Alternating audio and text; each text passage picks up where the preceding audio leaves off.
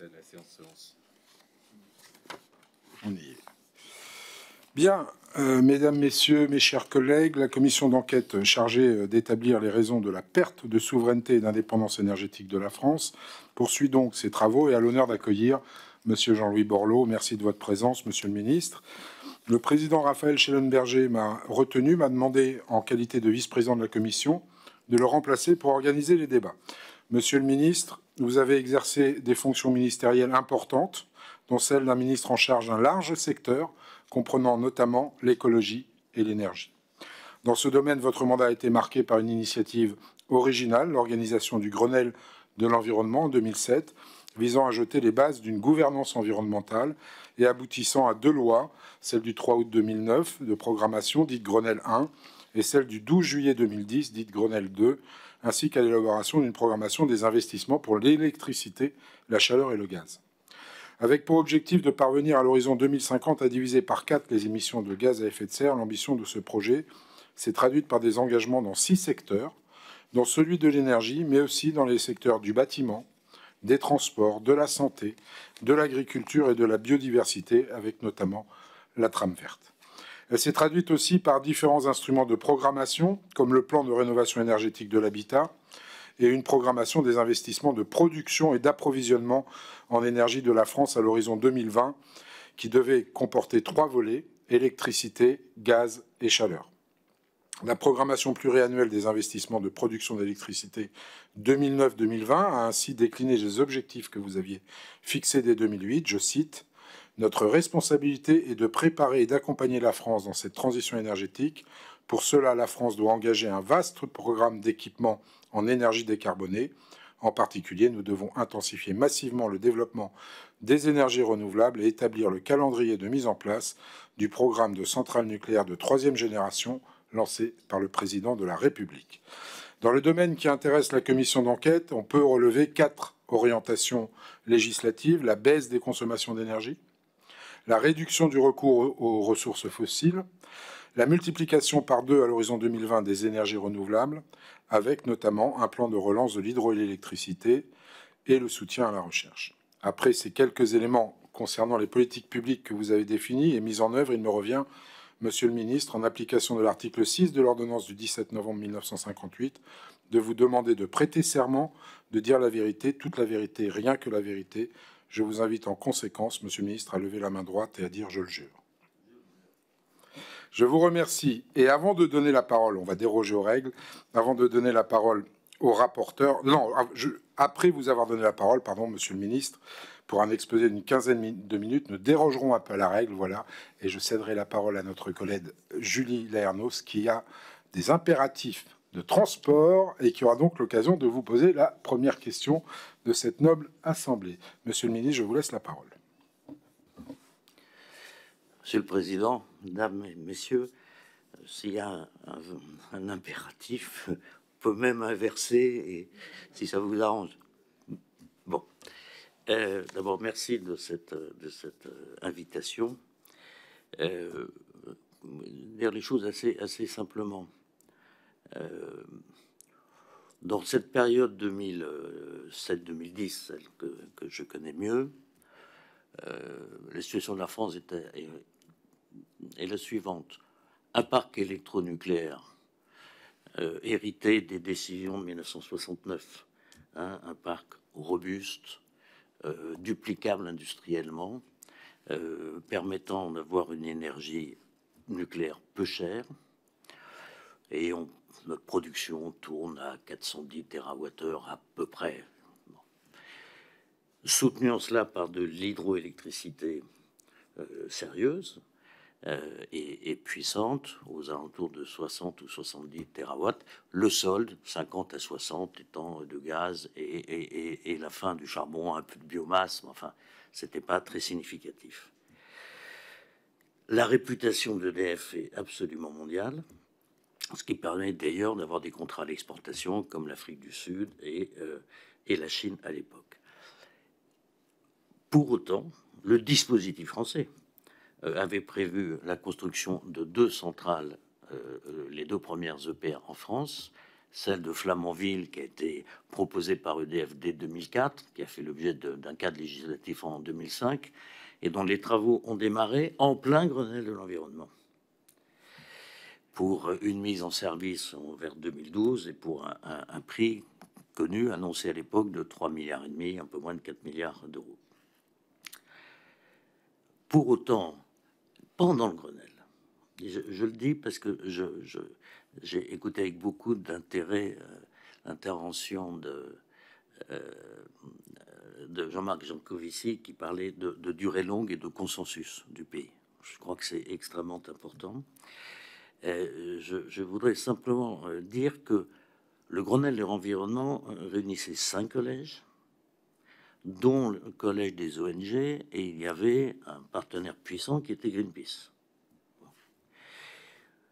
Autant l'affaire de la montagne d'or en Guyane, extraction minière, était, son annulation était une condition de la participation au Grenelle de la part des ONG.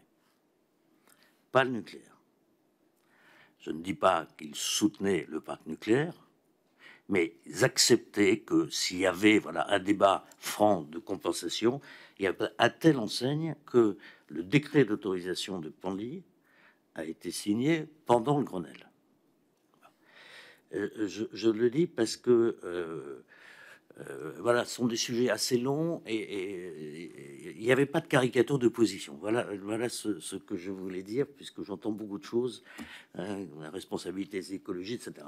En l'occurrence, quand on s'est mis à travailler au fond, alors il y avait des contreparties et qui étaient stimulantes. La première, c'était que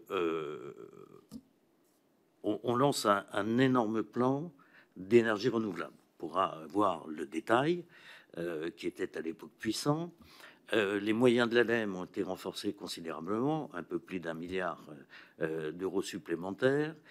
Le plan bâtiment, parce qu'en gros, il y a bâtiment et transport, les deux grands sujets. Le plan bâtiment, on était très en retard, on nous comparait aux Allemands et aux Suisses à l'époque. Le plan bâtiment neuf, les nouvelles constructions ont fait l'objet de normes BBC, les écoquartiers, la RT 2012 devenue 2020. Enfin, bon, il y avait un plan bâtiment puissant. Il y avait le programme de rénovation thermique, notamment piloté par le monde HLM, qui a été assez puissant. Les diagnostics énergétiques, les prêts à taux zéro pour les particuliers, les éco-prêts à taux zéro, les artisans, il y avait le label éco-artisan, il y avait un travail de formation fait d'ailleurs par les organisations professionnelles. Donc il y avait un mouvement général, à mon avis, avec deux difficultés. Les contrats de performance énergétique sont complexes, sont indispensables parce qu'ils permettent de garantir et d'avoir un traitement global et d'utiliser l'économie pour financer l'investissement. Mais à l'époque, nous n'avions pas, on l'a pas vu, on l'avait pas fait pour les bâtiments publics. Je crois que c'est en train d'être remédié à l'Assemblée nationale, d'ailleurs, actuellement, parce qu'on parle d'1 milliard de mètres carrés quand même. Bon. Et sur les transports, il y a eu un plan assez puissant. Souvenez-vous, le plan site propre. Le Grenelle avait prévu de financer, je ne sais plus si c'est 20 ou 30% des investissements des collectivités. L'idée, c'était qu'on soit à moins de 7 minutes d'un arrêt de site propre, tramway ou à haute efficacité, je ne sais plus comment s'appelaient les autres. Le lancement du canal Seine-Nord. Je rappelle que l'objectif, c'est 500 000 camions sur le canal plutôt que sur les autoroutes. Le bonus-malus écologique sur les voitures, qui a eu un effet considérable sur les grammes de CO2 des voitures neuves. Le financement, le lancement de 3 lignes TGV, qui, au-delà de leur qualité particulière, avait surtout vocation à libérer des sillons pour le fret. On a toujours une vraie difficulté sur le fret ferroviaire. Le travail de reconfiguration de la gouvernance des ports, qui devait avoir pour conséquence qu'il y ait un hinterland ferroviaire, parce que 88%, je crois, du tonnage de nos ports sort par camion et pas de manière ferroviaire. Qu'est-ce qu'on avait encore? Les autoroutes maritimes, les autoroutes ferroviaires, consiste à mettre un camion sur le train. La première ligne avait été inaugurée, c'était Perpignan-Luxembourg ou à côté de Luxembourg. Bref, un dispositif relativement puissant pour, voilà, qui accompagnait ce mouvement-là. J'ajoute que pour autant, nous avions prévu une inscription sur les recherches sur les hydroliennes et sur les SMR, parce que c'était le début voilà, c'était un sujet qui commençait à monter. De mémoire, je crois que c'était 600 millions dans le grand emprunt pour les SMR, et il y avait également le projet Astrid pour 500 ou 600 millions, qu'on soutenait de la même manière, comme le site d'enrichissement d'uranium de BESS 2. Donc, on avait un dispositif français qui était robuste et bien pour les consommateurs et la compétitivité française, le plus décarboné ou à peu près des pays industriels, et des capacités à venir à la fois par 2 EPR, par Astrid, par Georges Best 2, par les renouvelables et les SMR, et une réflexion sur l'avenir n'est pas forcément que l'EPR. Enfin, voilà, nucléaire ne veut pas dire obligatoirement c'est l'EPR ou rien. Ça ne mettait pas en cause l'EPR parce qu'à l'époque, il n'y avait pas de raison de le mettre en cause. Il y avait des petites inquiétudes sur sa taille, de l'acceptabilité. Il y avait quand même des inquiétudes sur le prix, car l'affaire des Émirats arabes unis à l'époque est à la fois un problème de gouvernance de la filière, mais c'est aussi parce qu'en vrai, le réacteur coréen est au kilowattheure produit 2 fois moins cher que ce que nous proposions pour l'EPR. Donc il y a des inquiétudes, mais il n'y a pas de remise en cause du tout. On n'avait pas imaginé qu'il y ait ce que vous savez, ce que vous connaissez depuis, en termes de délai et en termes de coût. Alors, il y avait quand même des difficultés et des points de vigilance. Il y en avait en matière d'indépendance, de votre commission, 2, me semble-t-il. Il y avait l'alerte, déjà à l'époque, du gaz en provenance de Russie, qui, je le rappelle, transitait par l'Ukraine. Il y a eu des contentieux commerciaux, peu importe, mais enfin, en gros, en janvier 2009, si ma mémoire est bonne, quasi arrêt de l'utilisation de ce gazoduc. Ça a été une tension courte, mais c'était la 4e en 5 ans. D'où le soutien à ce qui est un 3e port méthanier français à Dunkerque. Donc, 2e sujet de dépendance ou d'indépendance qu'on anticipait sans y voir très clair, c'est le sujet des métaux stratégiques ou des métaux rares. Et nous avions donc à l'époque installé le comité pour les métaux stratégiques qui regroupait le ministère, le BRGM, les grands industriels, les grands opérateurs, pour essayer d'y voir, de faire une cartographie et une évaluation des besoins à terme. Et puis, on avait une troisième préoccupation. Donc, enfin, en gros, physiquement, le dispositif était bon, mais on avait quelques soucis quand même. Premier souci, une pression des fournisseurs alternatifs à EDF. Il y en avait, et il y en a des grands d'ailleurs, sur, en gros, on va dire le monopole d'EDF, pour dire les choses simplifiées. On avait une deuxième difficulté qui était que nous avions des prix régulés qui n'avaient été acceptés que par mesure transitoire et provisoire et qui venaient à échéance en juillet 2010, si ma mémoire est bonne.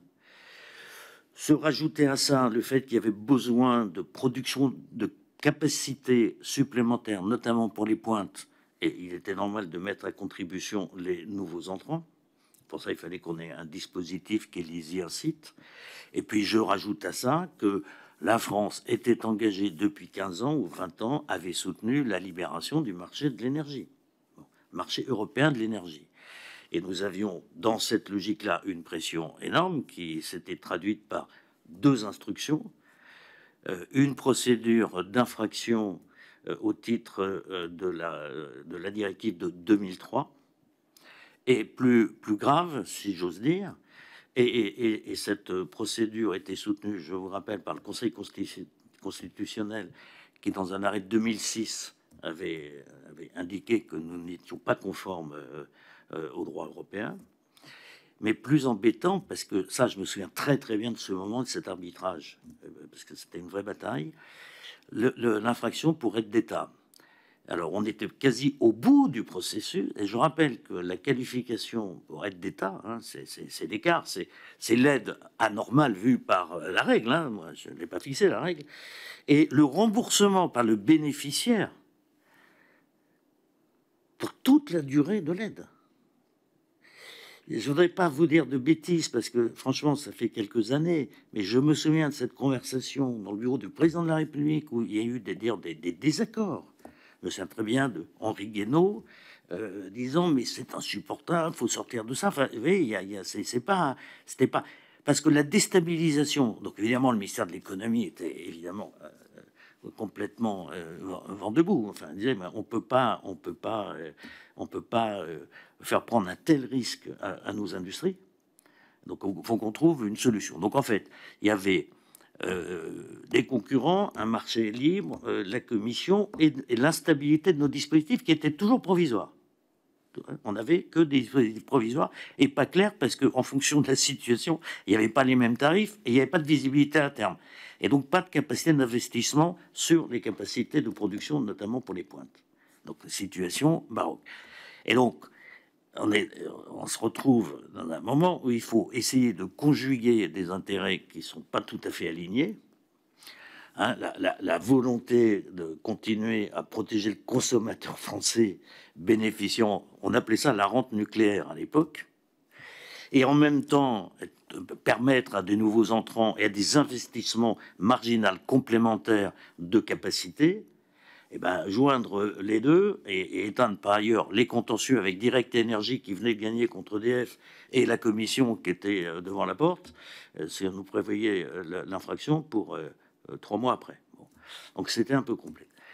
La commission Champsaur, qui était composée de parlementaires de tous bords d'ailleurs, et d'ingénieurs et d'experts et de techniciens, et qui a auditionné tout ce que la France compte d'énergéticiens ou d'utilisateurs de l'énergie, a écarté 2 pistes. 1, le démantèlement d'EDF, parce que c'était sur la table.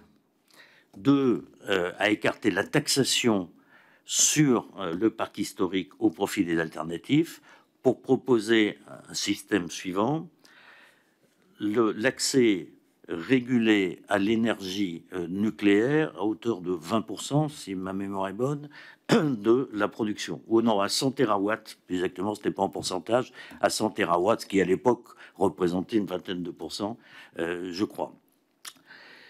À condition, alors, un tarif, donc un accès régulé, en échange de quoi ça nous permettait de maintenir l'avantage pour le consommateur sur les prix.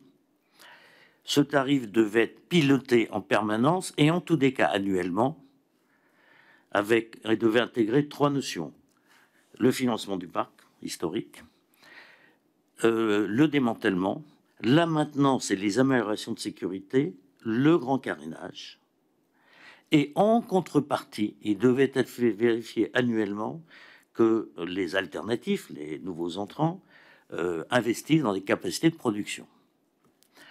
Le prix, la commission Champsaur avait proposé, avait suggéré, après étude, un prix à 32, 34, me semble-t-il, la Creux à 36, 38, quelque chose comme ça.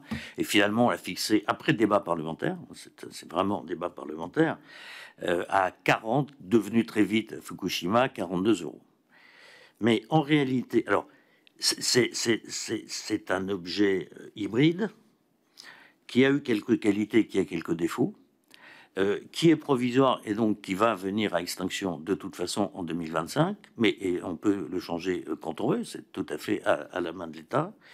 En gros, pendant quelques années, ça n'a pas été un vrai sujet parce que le prix était tel que les alternatives l'utilisaient assez peu. Puis il y a eu à un moment donné des pointes du marché de gros, et par le phénomène ex post, il y a eu à l'évidence une situation qui était malsaine, qui n'était pas saine, et de surcroît, il n'est pas vrai que ça a permis d'augmenter les capacités des autres intervenants.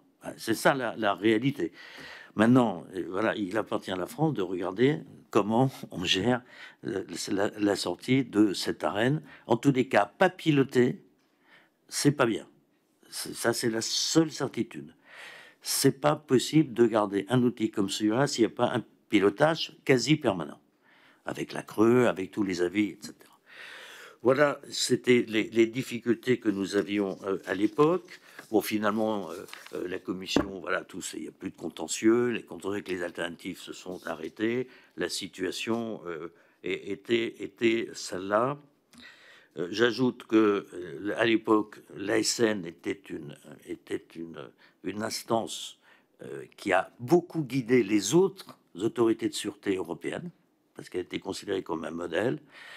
La séparation RTE et Enedis s'est fait dans de bonnes conditions, fonctionnellement, alors que certains pouvaient dire que bon, c'était une chimère. Non, c'est pas vrai, ça a été bien fait. Voilà quelle était la situation de l'époque.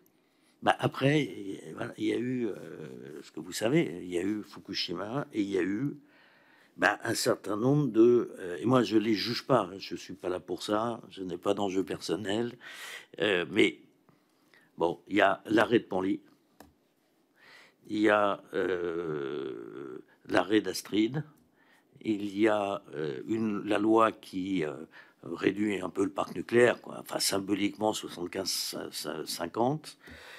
Qu'est-ce qu'il y a eu d'autre? Il y a eu... j'ai pas vu grand-chose sur les soutiens au SMR à l'époque. Et voilà.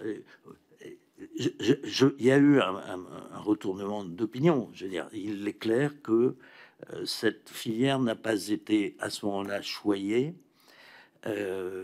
C'est juste factuel. Et moi, je me souviens du traumatisme de Fukushima. J'étais pas en charge, mais c'est pour ça que je ne porte pas de jugement de valeur là-dessus. Enfin, c'est un fait.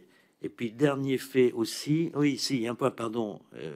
Et j'en avais fini pour une présentation rapide. Il y avait ce sujet d'entretien et de grand carénage. Déjà à l'époque, le président d'EF, Henri Proglio, ne cessait de dire la stratégie d'allongement, elle est inévitable. On bénéficie d'un parc qui était encore jeune, mais qui va être de moins en moins jeune. Les travaux de grosse réparation, d'anticipation doivent être beaucoup plus importants.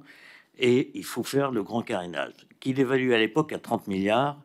J'ai lu qu'il était, pour l'instant, plutôt aux alentours de 50 ou 60 milliards. Mais pour vous dire vrai, je n'arrive pas à comprendre exactement où on en est de ce grand carénage pour permettre l'évolution à terme, sous réserve des accords de l'ASN, de la situation.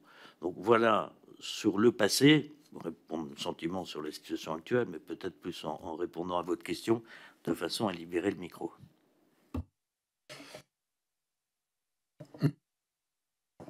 Merci beaucoup, Monsieur le Ministre. Une fois n'est pas coutume, donc je vais laisser la parole à Julie Layernos, qui doit nous quitter assez rapidement, et ensuite je passerai la parole au rapporteur. Merci, Monsieur le Président. Le rapporteur pouvait passer avant moi, mon train est dans plus d'une heure, donc mais je vous remercie pour cette entorse au bon règlement. J'ai trois volets de questions. Le premier concerne le paquet énergie-climat et la programmation énergétique 2009-2020 que vous aviez, on est revenu sur le Grenelle de l'environnement, que vous aviez poussé, y compris au niveau national comme au niveau européen, avec pour la première fois, j'ai envie de dire, des ambitions fortes, notamment en termes de sobriété. On en parle beaucoup aujourd'hui, mais vous étiez un des premiers à le poser directement en fonction de ministre, en termes de sobriété et d'efficacité qui étaient consolidés dans des plans, et vous aviez même parlé de décroissance de la consommation, ce qui, à l'époque, avait en fait un effet levier sur les mesures à attendre. Vous êtes revenu sur, quelque part, l'échec des objectifs, puisque vous aviez fixé des objectifs dans des feuilles de route qui étaient ambitieux, qui n'ont pas été atteints. Et ma question, c'est comment se fait-il que, alors que nous avions fixé des objectifs de rénovation des bâtiments sur les transports, vous l'avez évoqué, comment se fait-il que nous n'avons pas atteint ces objectifs-là? Et une question annexe que j'ai eu l'habitude de poser à d'autres auditionnés, qui est on a été à un moment donné, du fait des installations nucléaires fortes en France, dans une surcapacité de production. Et donc, dans un phénomène qui incitait plutôt à la consommation électrique ou à vendre la surconsommation électrique. Et donc, on est, et on voit, ça a été rappelé aussi par certains auditionnés, dans la pointe aujourd'hui européenne, la thermosensibilité pour 50% est relative à la France, qui fait là aussi un sujet pour la dépendance et la souveraineté énergétique de notre pays.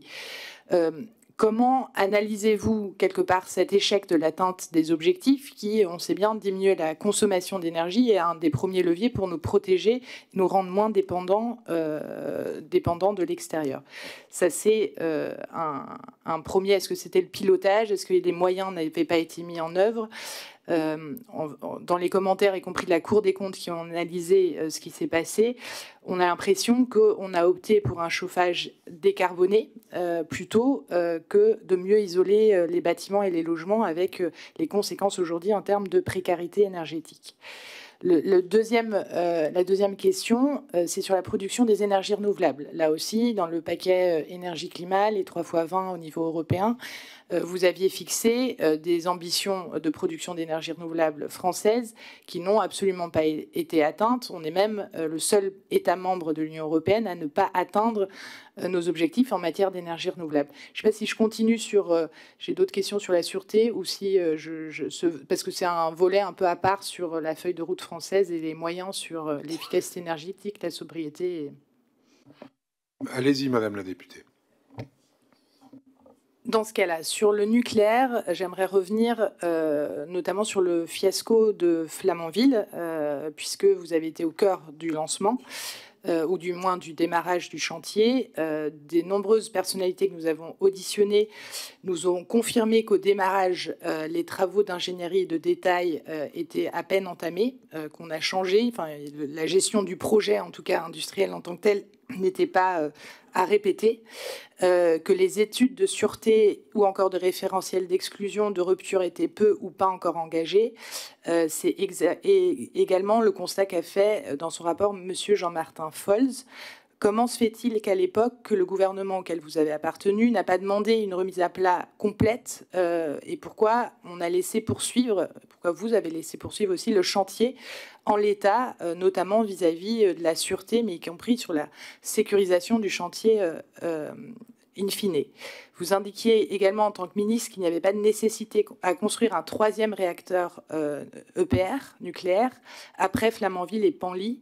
Je vous cite dans les citations, la question pourrait se poser dans une logique de remplacement si l'ASN n'autorise pas le prolongement de la durée des centrales actuelles au-delà de 40 ans.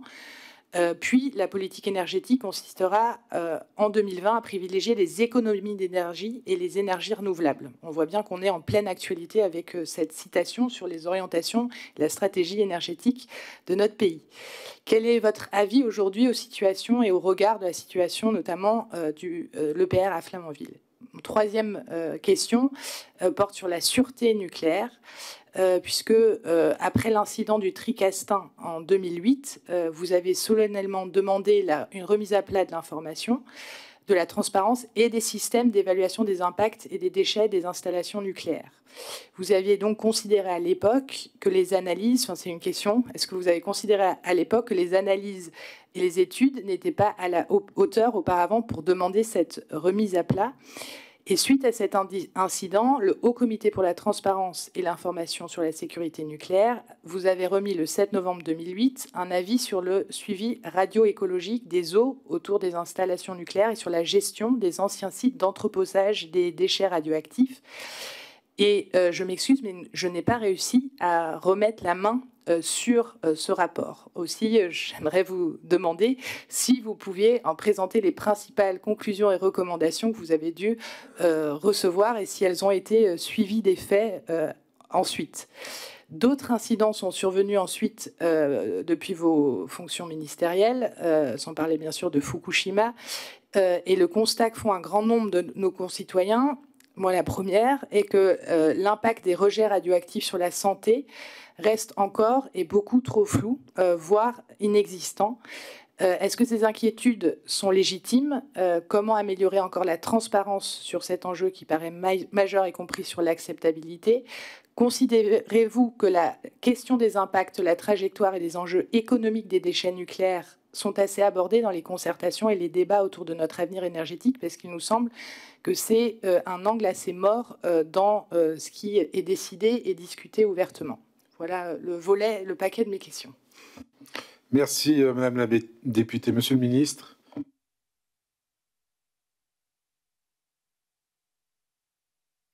Pardon. Sur le premier groupe de questions, hein, paquet climat-énergie et ambition française. Bon. Alors d'abord, le paquet climat-énergie, qui avait été préparé par les Allemands, a été adopté sous présidence française. Donc c'était un investissement très très lourd, parce qu'une présidence c'est 6 mois. Il fallait aller convaincre les Polonais qui m'expliquaient qu'ils avaient 600 ans de charbon 4 fois moins cher sous les pieds. Enfin, je veux dire, bon. Donc, et c'est, je rappelle, le premier texte vraiment engageant international. Juste pour... bon, et on était... c'était un peu facile parce que bon, il y avait le Grenelle qui avait eu une autorité européenne. Enfin, je veux dire, c'était regardé. Il y avait ce paquet climat-énergie. Voilà, on était dans tout ça. Bon. Il est... Ce que je peux vous dire, c'est que dans l'action publique, ça demande du suivi, de la constance, du suivi, une évaluation des écarts, on les corrige en permanence. Voilà. Il n'y a pas une décision qui a des effets comme ça automatiques sur 10 ans. Ça n'existe pas. Bon. Et vous vous adaptez en permanence. Vous adaptez les tarifs de rachat d'électricité en permanence. Vous voyez, les technologies évoluent. Donc, c'est un problème d'adaptation. Tout ce qui avait été décidé dans le cadre Noël a été mis en place. J'ai cité les quelques illustrations, mais tout ce qui relevait de ce qu'on pouvait faire tout de suite, c'est-à-dire les normes bâtiments, vous voyez, les éco-artisans, les bonus-malus, toutes ces décisions ont été effectives. En revanche, le suivi, notamment... alors, il y a deux sujets dans ce que vous évoquez. Vous avez la gestion thermique des bâtiments. Alors, sur les propriétés, les individuels, il y a eu un début, il y a eu beaucoup d'éco-prêts à l'époque. Il y a eu une mobilisation des banques mutualistes, notamment, Caisse d'épargne, Crédit Mutuel, Crédit Agricole, qui ont beaucoup, il y en a eu beaucoup. Le parc HLM, qui faisait et la rénovation urbaine, a fait la rénovation, n'a pas tout fait, c'est pas parfait, mais a fait la rénovation thermique. Mais je pense que pour l'avenir, on a un sujet qui est de passer de la rénovation thermique pure à la rénovation énergétique des bâtiments. Je pense que là, moi-même, j'ai répété pendant des années un certain nombre de vérités auxquelles je ne crois plus autant aujourd'hui. Mais c'est une autre question. Donc, il faut demander à ceux qui ont opéré après, je veux dire, voilà, ça c'était 2008-2010. J'ai pas l'habitude de voir ce que font mes successeurs. J'ai écouté dans des débats, parce que je me suis passionné par le travail de cette commission, j'ai appris en plus vraiment des choses, l'idée qu'il y avait un espèce de lobby d'EDF pour le tout électrique parce qu'on était en surcapacité. Je ne sais pas qui l'a dit. Je veux dire, en matière d'énergie, moi je ne crois pas beaucoup au lobby. Je pense qu'il y a des intérêts parfois contradictoires, des gens qui s'expriment, puis à mon avis, il y a une décision collective. Voilà.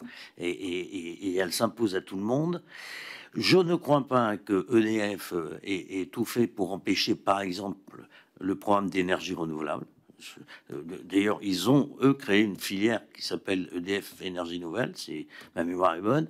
Je pense en revanche que la culture française de l'époque, où on avait un réseau piloté, stable, pas cher, décarboné, à un moment où les énergies renouvelables étaient encore un peu chères, et pour certaines, franchement chères, avec des problèmes de pilotage, ben, ça mettait la France pas tout à fait dans les mêmes conditions que d'autres pays européens. Je crois que maintenant, c'est en train de changer, et de changer très très vite, et c'est tant mieux.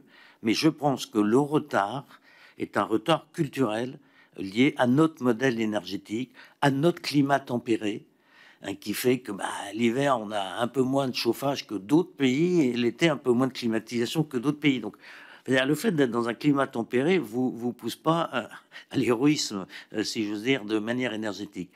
Donc, je ne peux pas vous dire. Ce dont je suis certain, en revanche, c'est que nous partons dans une période où c'est l'électricité qui va devenir dominante. Ça, d'abord, c'est simple pour le CO2. Le prix des tonnes de CO2 vont continuer à augmenter. Donc, non pas tout électrique, mais l'électricité, pour des raisons d'indépendance de CO2, va prospérer.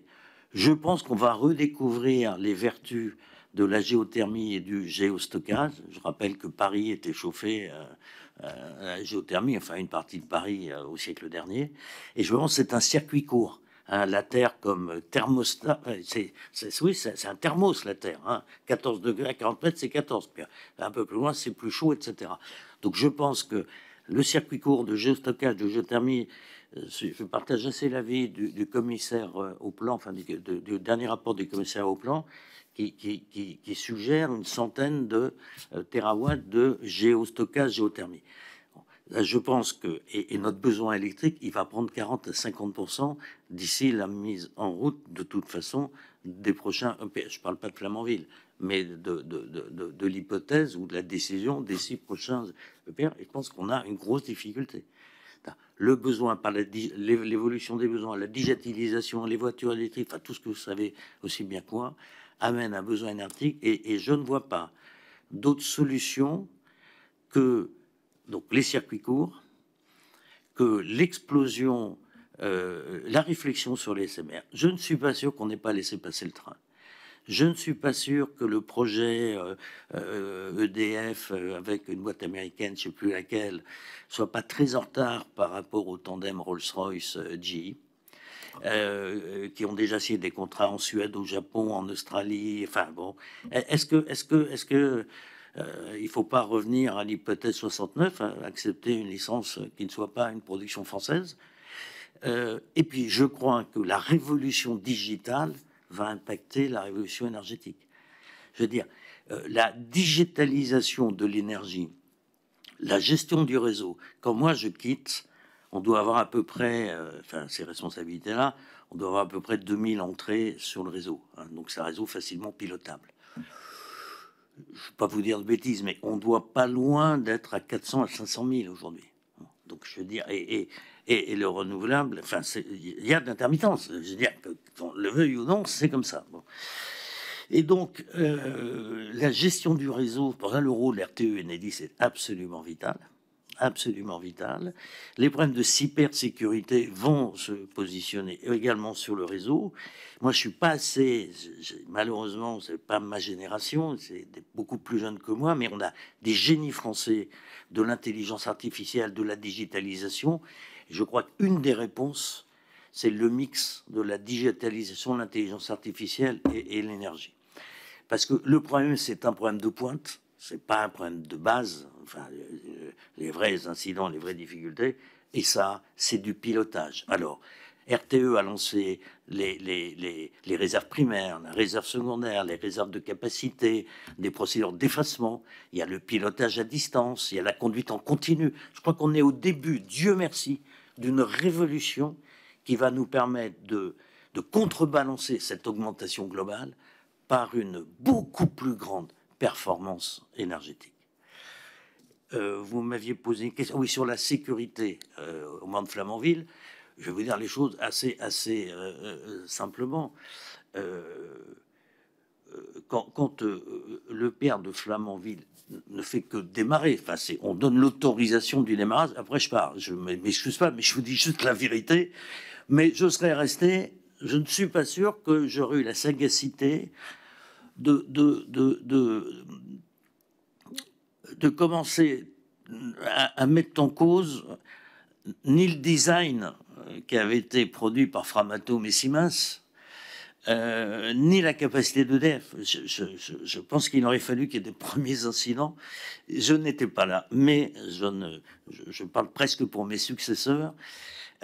Faut voir l'image d'EDF. Enfin, c'est une très grande maison.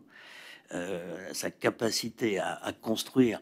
EDF construisait, je rappelle, des réacteurs en 5 ans, qui sont toujours en fonctionnement.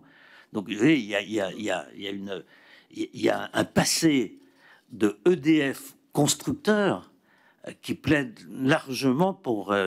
moi, je me pose beaucoup plus la question du design. Je me pose beaucoup plus la question de l'EPR. Le seul sujet qu'on n'aborde jamais, moi, je pense que voilà, il y a de l'atome parce que c'est décarboné, et puis de toute façon, on n'a pas le choix. Et puis, il y a des renouvelables et l'intelligence artificielle et l'efficacité énergétique. Enfin, mes enfants, c'est pas Flamanville le sujet, c'est la Finlande, c'est Taishan s'est arrêté. Et si c'était, et si finalement l'histoire ne bégayait pas?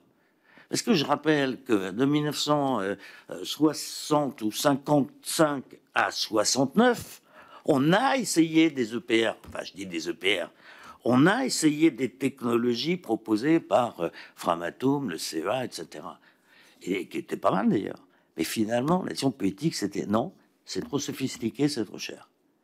Et donc on prend, on est en pleine époque gaulliste, ou gaulienne, avec la sortie de l'OTAN. Enfin, donc c'était...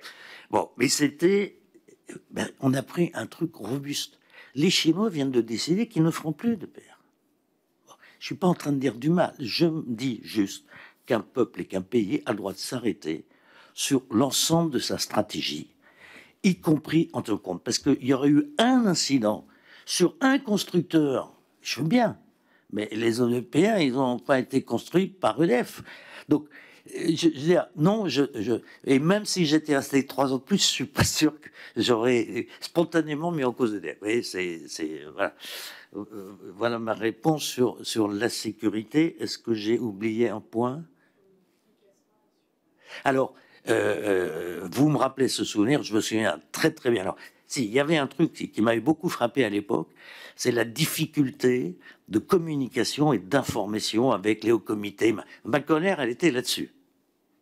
Elle était là-dessus. Et je peux pas, je me souviens pas exactement sur quoi, mais je me souviens qu'on avait amélioré les conditions d'alerte, de transparence, et avec les ONG d'ailleurs étaient assez présentes et à juste titre, à juste raison, et avaient un pouvoir d'alerte extrêmement fort à l'époque. Elles étaient très très présentes dans le débat sur la transparence, très présentes, et c'était une bonne chose. Franchement, sur le rapport, je ne crois pas que je le retrouverai, mais si je le retrouve, bon, enfin, on va forcément le retrouver quelque part dans les archives de l'État français. Et vous pouvez demander à la ministre en charge, ou les deux, puisque c'est un peu confus, enfin, en tout cas, c'est partagé, pardon, de répondre à la question. Sincèrement, je vous dirais des bêtises. Et comme j'ai joué de pas dire de bêtises. Merci, monsieur le ministre. Je vais maintenant laisser la parole au rapporteur. Merci, monsieur le président. Merci, monsieur le ministre, monsieur Borloo, pour ces premiers éléments.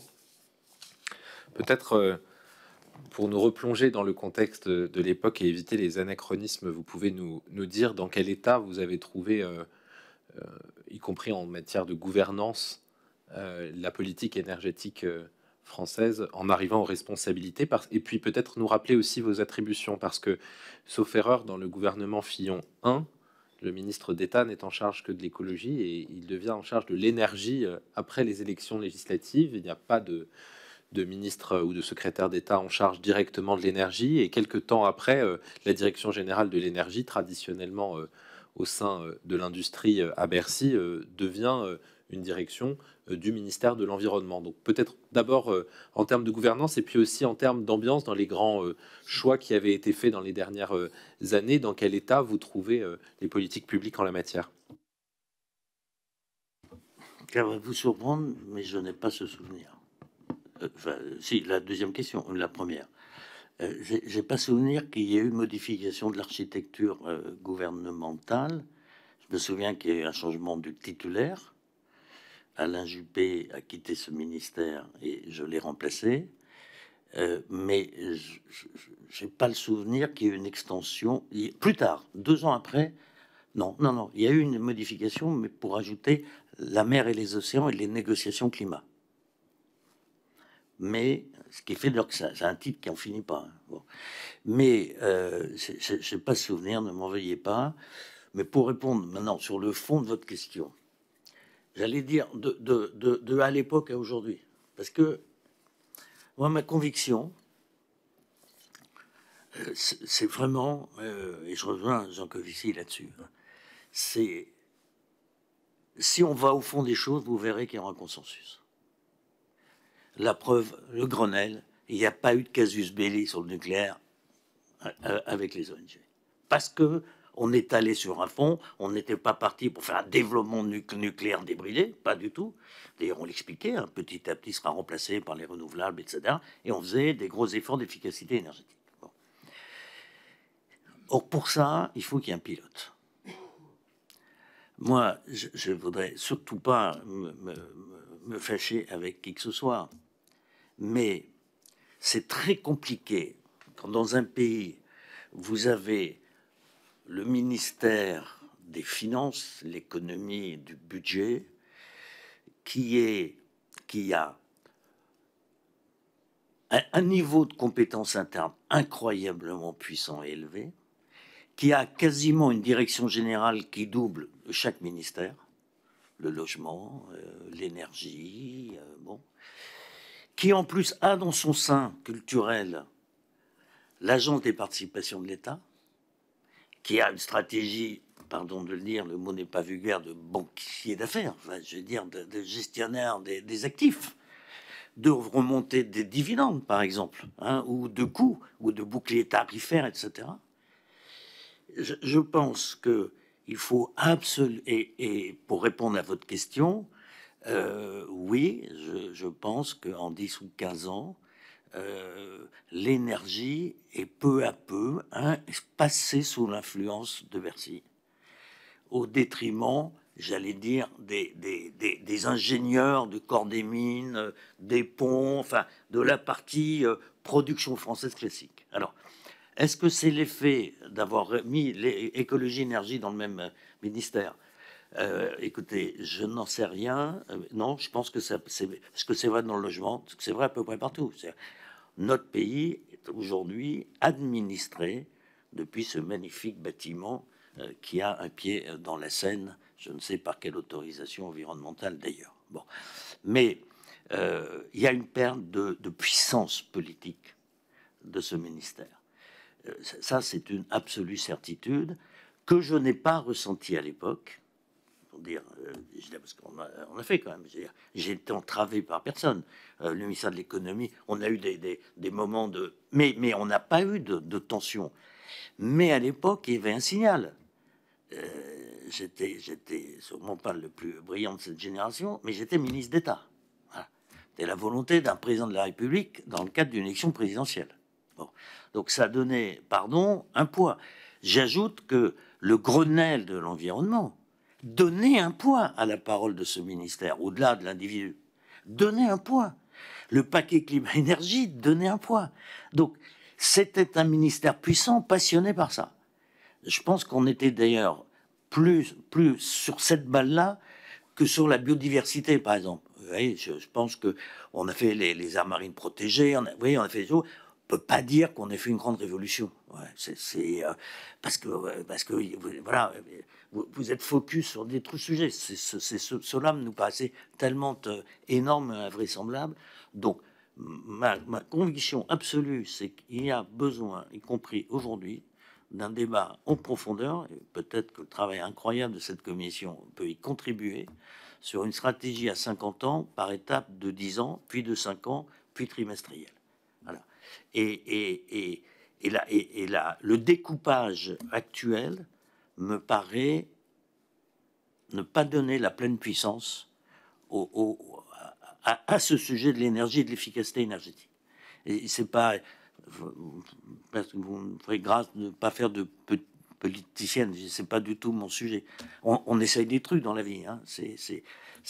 Parce qu'à l'inverse, le concept de planification est un concept intelligent. Vous voyez, donc je suis pas du tout dans la critique.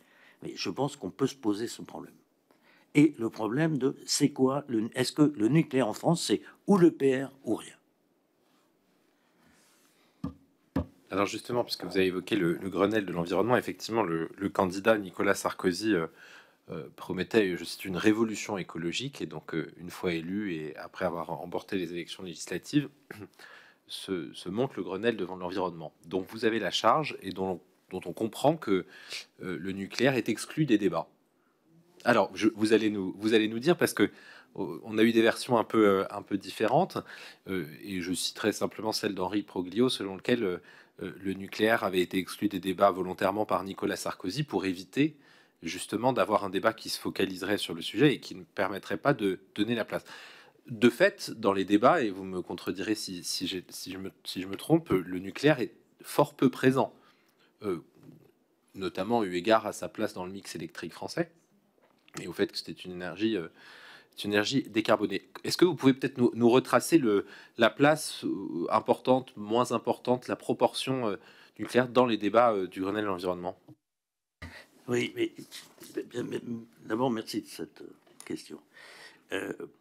Quand vous faites vous proposez le Grenelle de l'environnement, mais les gens ne sont pas convoqués. C'est une démarche volontaire, acceptée, avec des règles, avec des ONG représentant d'autres ONG. C'est tout un processus démocratique. Par exemple, il n'y aurait pas eu de poursuite du Grenelle si on n'avait pas abandonné la montagne d'or en Guyane. Voilà. Là, c'est un sujet. Mais c'est pas nous qui fixons le cadre. Il faut bien à un moment donné que tout le monde soit d'accord. Et donc, d'un certain consensus, ce qui ne vaut pas validation d'une stratégie nucléaire par les ONG, mais on pouvait faire le Grenelle en disant, voilà, nous, notre feuille de route, ça va être ça. Globalement, c'est tolérable. Voilà. Donc, c'est pas qu'il y a eu... ça a été exclu. Si les ONG trouvaient qu'il devait y avoir... Je veux dire, il n'y aurait pas eu de Grenelle. C'est aussi simple que ça. Mais ça a été vrai sur les pesticides, sur plein de sujets. Donc, le Grenelle, ça n'a pas été du marchandage. C'est des milliers d'heures avec des experts pour aller au fond des choses. Ma conviction de fond dans l'action publique, c'est qu'il y a beaucoup plus de malentendus que de désaccords. Si on travaille scientifiquement, technologiquement, de bonne foi et au fond des choses, on arrive à trouver des axes de progrès communs. Pas si j'ai répondu à votre question. Si, absolument. Avant d'enchaîner sur d'autres questions sur les prix de l'électricité et sur le nucléaire, je voulais vous poser une question sur les concessions hydroélectriques. Je la pose maintenant, il n'y a pas de bon ordre pour la poser, mais on a énormément parlé ici de la mise en concurrence des concessions hydroélectriques et de la situation de flottement qu'on connaît depuis lors, et qui donne l'impression que la France a accepté le principe pour se mettre en conformité avec les engagements européens, mais n'a jamais accepté en pratique que ce soit le cas. Et je crois, sous le contrôle de mes collègues qui ont assisté à nos autres auditions, que personne n'en a exprimé le souhait. Pourtant, vous présentez vous-même en juillet 2008 un plan pour les concessions hydroélectriques qui comporte leur mise en concurrence. Donc, ma question est simple, est-ce que vous y étiez favorable ou est-ce que vous y avez été contraint et considéré qu'on allait ou pouvoir l'éviter en pratique ou trouver des contournements? Les deux, en vérité. Ben, oui, la vérité, c'est celle-là. Bon. D'abord, on est dans un état de droit. Et il y a des concurrents qui ont également des droits. Il y avait des prêts contentieux. Et je rappelle que EDF n'a pas 100% des concessions hydroélectriques. Il doit avoir 80 ou 75 ou 80, je sais plus. Mais enfin bon, il y avait d'ailleurs une première bataille avec la CNR, si ma mémoire est bonne, hein, pour éviter un contentieux qui était extrêmement violent. Donc au fond, les avis étaient sensiblement partagés. On est dans un état de droit et la concession éternelle, ou alors on remet dans le domaine public directement les barrages, enfin les concessions. Mais EDF, société anonyme, de toute façon, un jour ou l'autre, vous êtes rattrapé par la patrouille. Simplement, il n'y a pas de visibilité, il n'y a pas. Donc il y avait cette idée que dans un état de droit, on se conforme. Je rajoute que la pression de la commission là-dessus, elle était vraie, elle est toujours vraie aujourd'hui d'ailleurs. Bon. Ce qu'on a fait, c'est qu'on a préparé au cas où. Bon. Ben, on en a déclenché en vérité aucune. Le chantier, il est resté en l'état. Je ne sais pas ce qui serait passé si j'étais resté 2 ou 3 ans de plus. On a préparé un décret qui prépare la procédure si on doit le mettre en concurrence. Mais c'est pas un décret qui dit on met en concurrence. Il dit voilà, procédure. On gagne un peu de temps si on se dit les choses franchement. On gagne un peu de temps, on n'y voit pas très clair. Il y a du pour, il y a du contre. Il y a des avis très partagés, y compris, je rappelle, dans les territoires, les élus locaux, parce que c'est aussi un revenu partiel des élus locaux. Donc, j'allais dire, l'état de l'opinion française n'était pas tranché et on l'avait pas tranché en vrai. Voilà, on avait un peu gagné de temps, on était sorti dans l'ensemble des contentieux, on était ravis, et puis on allait voir. Bon. Et puis il y avait les problèmes de passage de poissons, enfin il y avait des problèmes écologiques assez compliqués dans le cadre des éventuels renouvellements. Tout ça était, est-ce que c'était le prix qui devait primer ou la sécurité? Est-ce que la dimension environnementale, quel était le coefficient? C'est pas abouti. Voilà, la vérité c'est que moi quand je suis parti, on n'avait pas fait le boulot. Voilà. Excusez-moi si je résume, et vous me corrigerez, mais ce que je comprends, c'est que vous y étiez favorable et vous avez tenté d'en amenuiser les conséquences les plus dommageables. Est-ce que je peux faire acte d'humilité? Non, mais autant sur tout le reste, j'avais des convictions extrêmement acquises en travaillant, autant là, franchement, il y avait des arguments des deux côtés. Mais on était plus préoccupé par l'idée que ce serait inéluctable parce que dans un état de droit, une SA ne peut pas avoir de concession perpétuelle. Bon. Et donc, si on doit le faire, voyons tous les problèmes environnementaux, les problèmes de sécurité. Voilà, on était plus préoccupé par ça. Il y avait un caractère un peu inéluctable, mais pas souhaitable. C'est pas très courageux, mais c'est la vérité.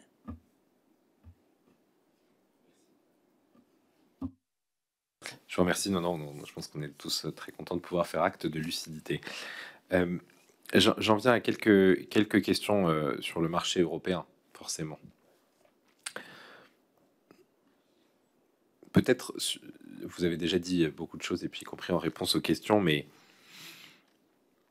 peut-être nous redire votre sentiment sur la question de la concurrence sur le marché européen de l'électricité de manière générale, si vous aviez, parce que les débats avaient été largement lancés, la mise en concurrence était effective, et donc peut-être votre conviction lorsque vous arrivez aux responsabilités, et puis quand même un mot sur le déroulement des travaux de la commission Champsaur et sur le choix qui est fait de l'AREN, effectivement, avec beaucoup d'humilité aujourd'hui, enfin, avec parfois peu d'humilité, d'ailleurs, on remet en cause les choix de l'époque et on a l'impression que c'était une évidence, mais nous aider à comprendre comment on peut se retrouver dans une situation où on fixe un tarif qui manifestement correspond au calcul des administrations, enfin de vos administrations, 42 euros. 42 euros, comprenant les Fukushima, enfin les impératifs post-Fukushima, et puis à votre époque 40 euros, mais qui ne convient pas du tout à EDF ou aux responsables de l'époque et actuels qui lui attribuent la quasi-totalité des difficultés financières de l'époque d'EDF, mais je pense que vous aurez quelque chose à dire là-dessus. Donc à la fois sur le montant, et puis sur la question de l'option. Comment se fait-il qu'on ait prévu une option asymétrique? Est-ce que finalement on considérait que les prix ne pourraient jamais être tels que ce serait louable d'avoir une symétrie, ou est-ce qu'il y a une autre raison qui a présidé au fait que l'AREN soit asymétrique, c'est-à-dire que EDF soit contrainte de proposer ce tarif, mais que les fournisseurs alternatifs ne soient pas eux contraints de l'acheter à ce tarif? Alors, je ne sais pas dans quel ordre, on peut commencer par ça. Je vous rappelle qu'on a des contentieux en France perdus, que le Conseil d'État nous donne tort, que le Conseil constitutionnel aussi, qu'on a 2 directives européennes et on a 2 procédures en infraction.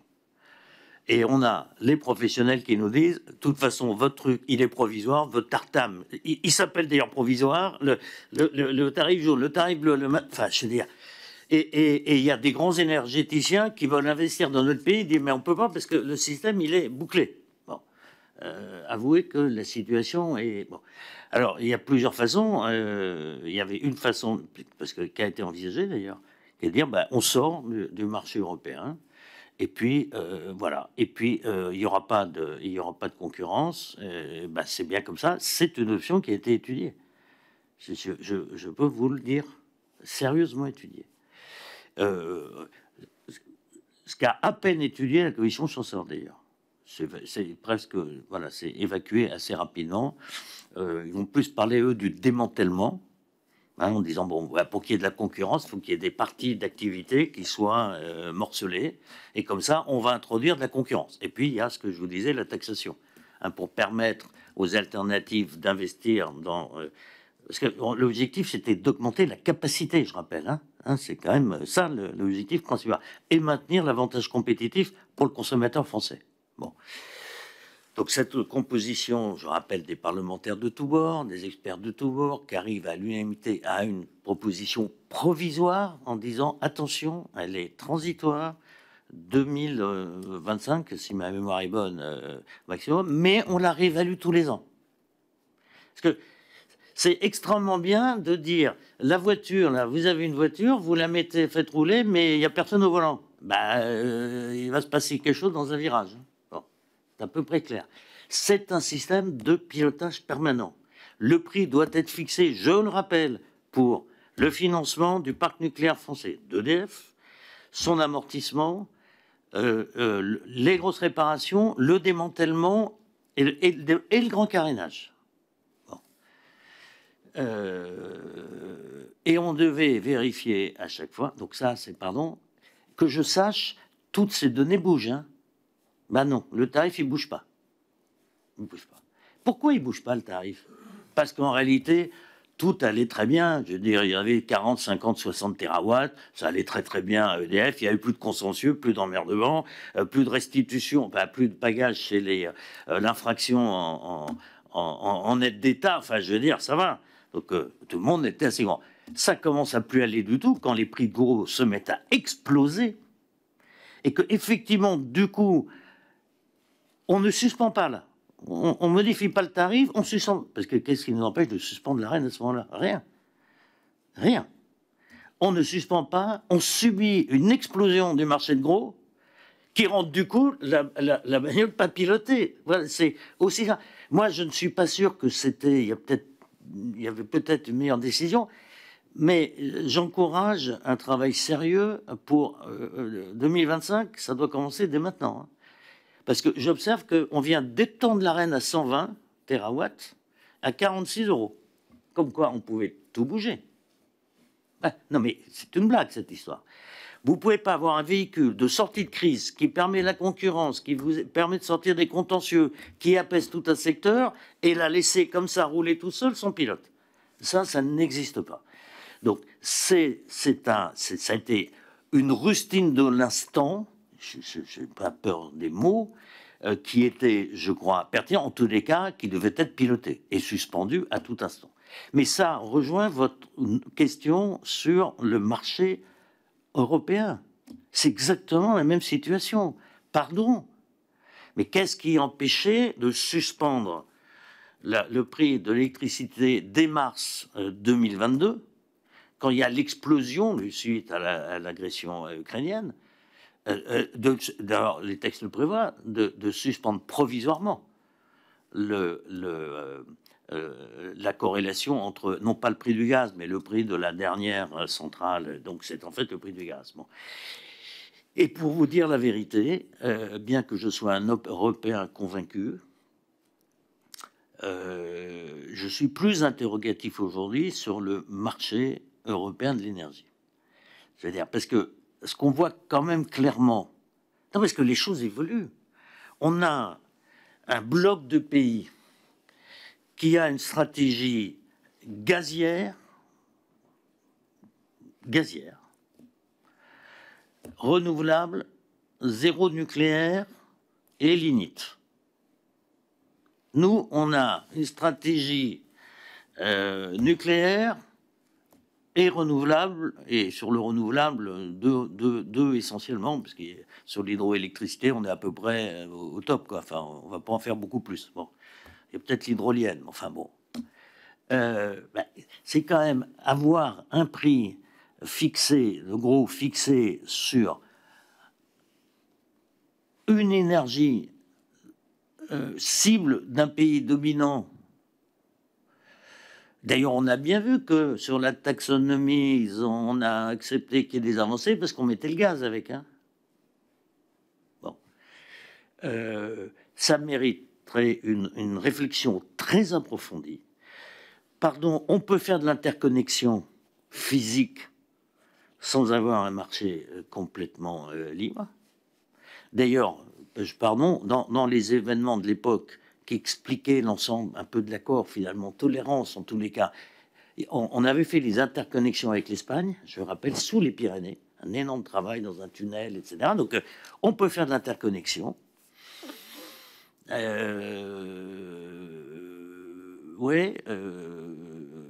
Moi, je suis plus réservé aujourd'hui sur... parce que un prix commun sur des énergies dissociables et radicalement opposées, il faut en tout cas que quelqu'un regarde bien le pilotage de ça. Hein, parce qu'on a bien vu que là, il y a eu un problème de pilotage. Hein, parce qu'on laisse le truc monter, on met le bouclier, enfin, je veux dire... Bon. Donc, mais c'est pour ça que c'est un peu la même chose. Vous ne trouverez jamais un mécanisme parfait en matière d'énergie. Jamais. Parce qu'il y a du long terme, des investissements lourds, mais il y a la protection du consommateur, il y a la concurrence. C'est complexe. Mais en tous les cas, ça doit être piloté. Ça doit être dans la distance, mais piloté en permanence. Alors justement, puisque vous parlez de questions européennes et de cibles européennes, la France pourrait être sujette à des amendes pour ne pas atteindre ses objectifs, des objectifs qui sont fixés de longue date, et vous en avez été l'un des instigateurs. En 2008, vous disiez, je vous cite, « Je ne crois pas que ce soit le rôle de l'Europe d'orienter le bouquet énergétique de tel ou tel État membre, même si de plus en plus de pays s'accordent pour reconnaître que le nucléaire peut jouer un rôle.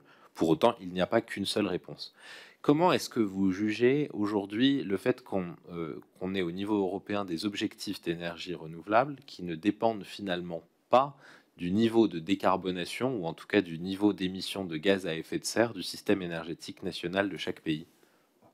Je pense que c'est une erreur. Mais vraiment. C'est pour ça que le principe même de marché régulé par la Commission, si j'ose dire, me paraît pas adapté. Oui, c'est vrai que on n'a pas respecté. Il y a un accord comme ça, hein, Climat Énergie, il faut mettre d'accord 27 pays. Hein, c'est pas votre position, point final. Donc ça avait été négocié par les Allemands et c'est nous qui l'avions défendu et fait voter. Mais je trouverais absolument normal et logique qu'il y ait une discussion avec la Commission sur cette affaire-là. Ça ne me paraît pas raisonnable. L'idée d'une... Ça ne veut pas dire qu'on a raison de traîner. Hein. C'est pas ce que je veux dire. Mais à partir du moment où il y a des engagements assez clairs, assez fermes, assez puissants pour rattraper ce retard à l'allumage, parce que c'est pour moi un retard à l'allumage culturel, je pense qu'il y a une discussion forcément possible avec la Commission.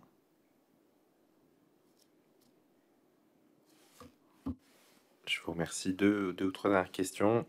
Peut-être une sur la quatrième génération, dans l'autre sens. Je commence par la quatrième avant la troisième. Sur la quatrième génération, pour comprendre quel est l'état des discussions lorsque vous êtes aux responsabilités, parce que la loi a récemment, lorsque vous arrivez aux responsabilités, la loi a depuis peu ancré un objectif de travailler sur la quatrième génération. Et en 2010, alors que, comment dirais-je, et donc en 2010, le projet Astrid est lancé, alors finalement qu'on n'a pas encore ouvert de réacteurs de troisième génération. Est-ce que c'est-à-dire que sous ce quinquennat, la motivation enfin, il y a la volonté d'avancer sur la filière nucléaire et de garder pour longtemps une filière nucléaire, y compris une filière capable d'absorber ses propres déchets, puisque c'était l'un des enjeux, est forte. Quel est le degré à l'époque d'optimisme ou d'inquiétude, à la fois sur la 4e génération et du coup sur la 3e? C'est-à-dire, est-ce que vous faites un lien entre les deux? Est-ce que il y a une inquiétude qui se formule du fait, même si c'est pas du tout les mêmes stades de recherche et de développement et d'industrialisation, mais qui se formule sur la 4e et à rebours sur la 3e génération qui, elle, accumule les retards?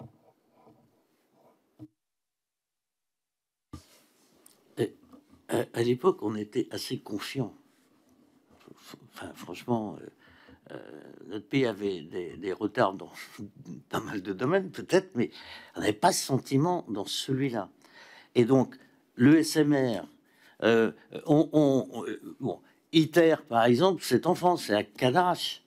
On peut discuter d'ITER, sa performance, enfin sa pertinence. Mais enfin, en attendant, l'idée, y compris de fusion, de fission, de 3e, de 4e, de SMR, l'avance française sur le nucléaire des sous-marins, enfin de la DCNS. Je veux dire, on investissait surtout en même temps.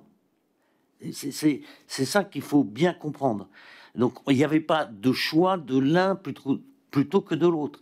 Et on réfléchissait par voie de conséquence à pas forcément d'autres EPR que Flamanville et Panly. Au fond, dans l'inconscient collectif, c'était ça.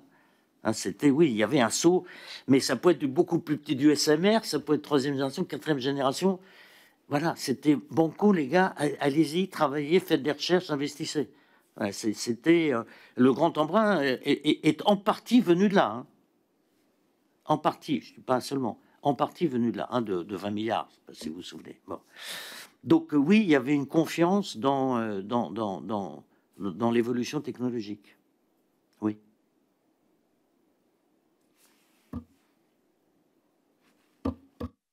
Merci. Et ma dernière question, elle porte, parce que ça a été un acteur en creux de vos propos, sur EDF. On a auditionné de nombreux responsables, anciens responsables d'EDF, qui, au-delà de l'arène, nous ont parlé du niveau des prix. Et notamment Pierre Gadenex, qui a été en fonction pendant une partie de votre mandat, qui a évoqué le fait qu'il avait milité auprès des autorités politiques, dont j'imagine que vous faisiez partie dans son raisonnement, sur le fait de dire que les prix étaient trop bas pour permettre à EDF de préparer le renouvellement, enfin la bonne maintenance, puis le renouvellement de son parc et d'investir dans les différentes facettes de son activité. Et en même temps, vous êtes confronté, comme ministre en charge de l'énergie, à EDF et au projet EPR. Qu'est-ce qui, dans la gouvernance générale entre l'État et EDF, et dans votre appréciation de l'entreprise EDF, a pu manquer à l'époque? Est-ce que c'est une vision de long terme? Est-ce que c'est le fait que ce n'était plus tout à fait comme avant la transformation en SA? Est-ce qu'il y avait d'autres facteurs qui ont joué? Est-ce que c'était une question de personne? Enfin, c'est pas le but de cette commission de déterminer des responsabilités personnelles, mais je pose la question de la manière la plus large possible pour essayer de savoir ce qui, à votre sens, vous qui avez été en contact pendant plusieurs années avec l'opérateur principal, a pu faire qu'il y ait une sorte de surdité dans le dialogue entre EDF et l'État. EDF se plaignant d'une inadéquation par la suite du tarif ARENH, EDF se plaignant de tarifs trop bas, et à l'inverse, n'étant pas capable de livrer un réacteur. Je sais bien qu'on essaie toujours de trouver des causes simples, mais pardon de vous dire que le sujet d'EDF, c'était pas son prix, c'était pas le tarif, c'était pas ses finances qui étaient florissantes. J'ai entendu dire que pouvoir faire une clé point 15 milliards, c'était... Non, attendez. Constellation, ça a coûté combien? Les achats aux États-Unis, ça a coûté combien? Non, mais c'est une blague. Le sujet d'EDF, c'était Areva. La vérité, c'est que EDF estimait, et je peux le comprendre, qu'il y avait un chef de file du nucléaire en France, c'était EDF, et que Areva était un fournisseur d'EDF. Alors, si j'en ai pas entendu, là, si j'en ai pas entendu parler, je veux bien mourir. Ça a été quotidien, ça. Et c'est allé. Enfin, vous vous souvenez pas des polémiques incessantes de part et d'autre entre Areva et les préoccupations, c'était la sortie de Siemens, du projet EPR. Ça, c'est un sujet. Je rappelle que l'EPR est conçu par Siemens et Framatome. Eh bien, le partenaire allemand s'en va. Alors, ça, c'est pas un problème, ça. Non, mais c'est inouï. Pardon, Hinkley Point, on peut quand même en parler 2 minutes. Hinkley Point, tant que c'est un investissement financier porté par tiers, avec les autorités britanniques présentes au capital et garantissant les emprunts, c'est un dossier, et dans lequel l'EDF est minoritaire. C'en est un autre quand les autorités britanniques ne sont plus actionnaires, qu'elles ne garantissent plus les emprunts, et donc on le consolide, on le porte dans le bilan d'EDF, pardon la blague, 14 milliards, et on décide de construire quand même. Je rappelle la démission du directeur financier d'EDF, de Thomas Pickmal, ce jour-là, disant que ça mettait en péril. Donc il n'y a pas eu de sujet parce que ce n'était pas un sujet.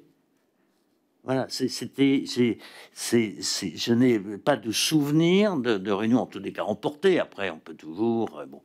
Non, et le seul moment, c'était quand sont sortis des chiffres de l'AREN, alors à 32, 34, 36, 37, oui, mais d'ailleurs, les parlementaires étaient sur la même... Et vous retrouverez dans les débats Daniel Paul, qui n'est pas suspect de ne pas soutenir EDF. Bon. Disons, répondant d'ailleurs à François Brotte ou je ne sais plus qui dans les débats parlementaires, que à 42 €, franchement, c'est bien pour EDF. Donc, ce jour-là, c'était bien. À d'autres jours, c'était probablement trop élevé, quand les prix de co étaient complètement effondrés. Mais quand ils ont explosé, ça n'avait aucun sens. Et de toute façon, il n'est pas imaginable que, ayant progressé de quasi 15 ans, les conditions de fixation du prix qui sont, je rappelle, l'entretien, le grand carénage, le démantèlement, quoi qu'il arrive, vous ne pouvez pas rester au même prix. C'est pas possible. Donc non, je n'ai pas de souvenir que c'était un sujet absolument central. Si, par exemple, sur l'hydroélectricité, oui, par exemple. Vous aviez à la fois GDF Suez, enfin Engie ou Compagnon, je ne sais pas qui gueulait parce que c'est une société anonyme et elle est en monopole. Oui. Et EDF qui disait, je garde mes conseils. Oui, ça, je me souviens bien. Mais pas ce que vous évoquez. En tout cas, pas de manière significative.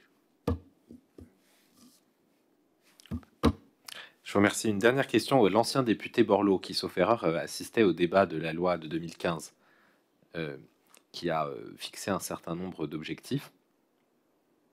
Vous étiez bien député en 2015.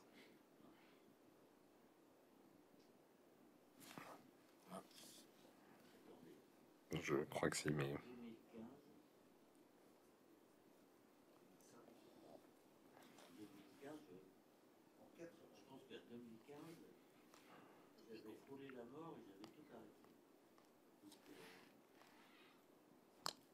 Pour moi, si ce n'est pas le cas, mais... Non, effectivement, pardon, vous n'êtes plus en avril 2014. Autant pour moi. Alors, je pose quand même une question à l'ancien ministre et aux citoyens sur la loi de 2015. Tout à l'heure, Dominique Maillard, ancien directeur général de l'énergie, ancien président de RTE, indiquait qu'il y avait, selon lui, dans cette loi, une difficulté, c'était la multiplicité d'objectifs potentiellement contradictoires, ou en tout cas qui pouvaient se gêner les uns les autres, typiquement la baisse des émissions de gaz à effet de serre et un mix énergétique avec une répartition nucléaire, énergie renouvelable, des effets sur la capacité à produire de l'énergie et de l'efficacité énergétique et de la sobriété.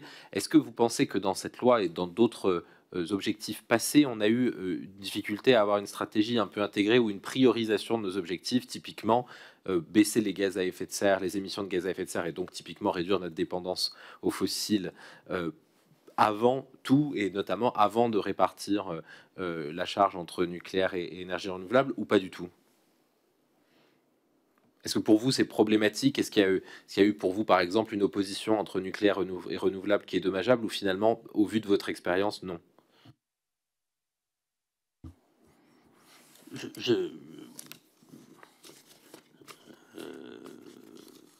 Je n'ai pas souvenir une fois de plus, je me reconstituais physiquement et je n'ai pas vraiment suivi, mais je peux répondre plus généralement.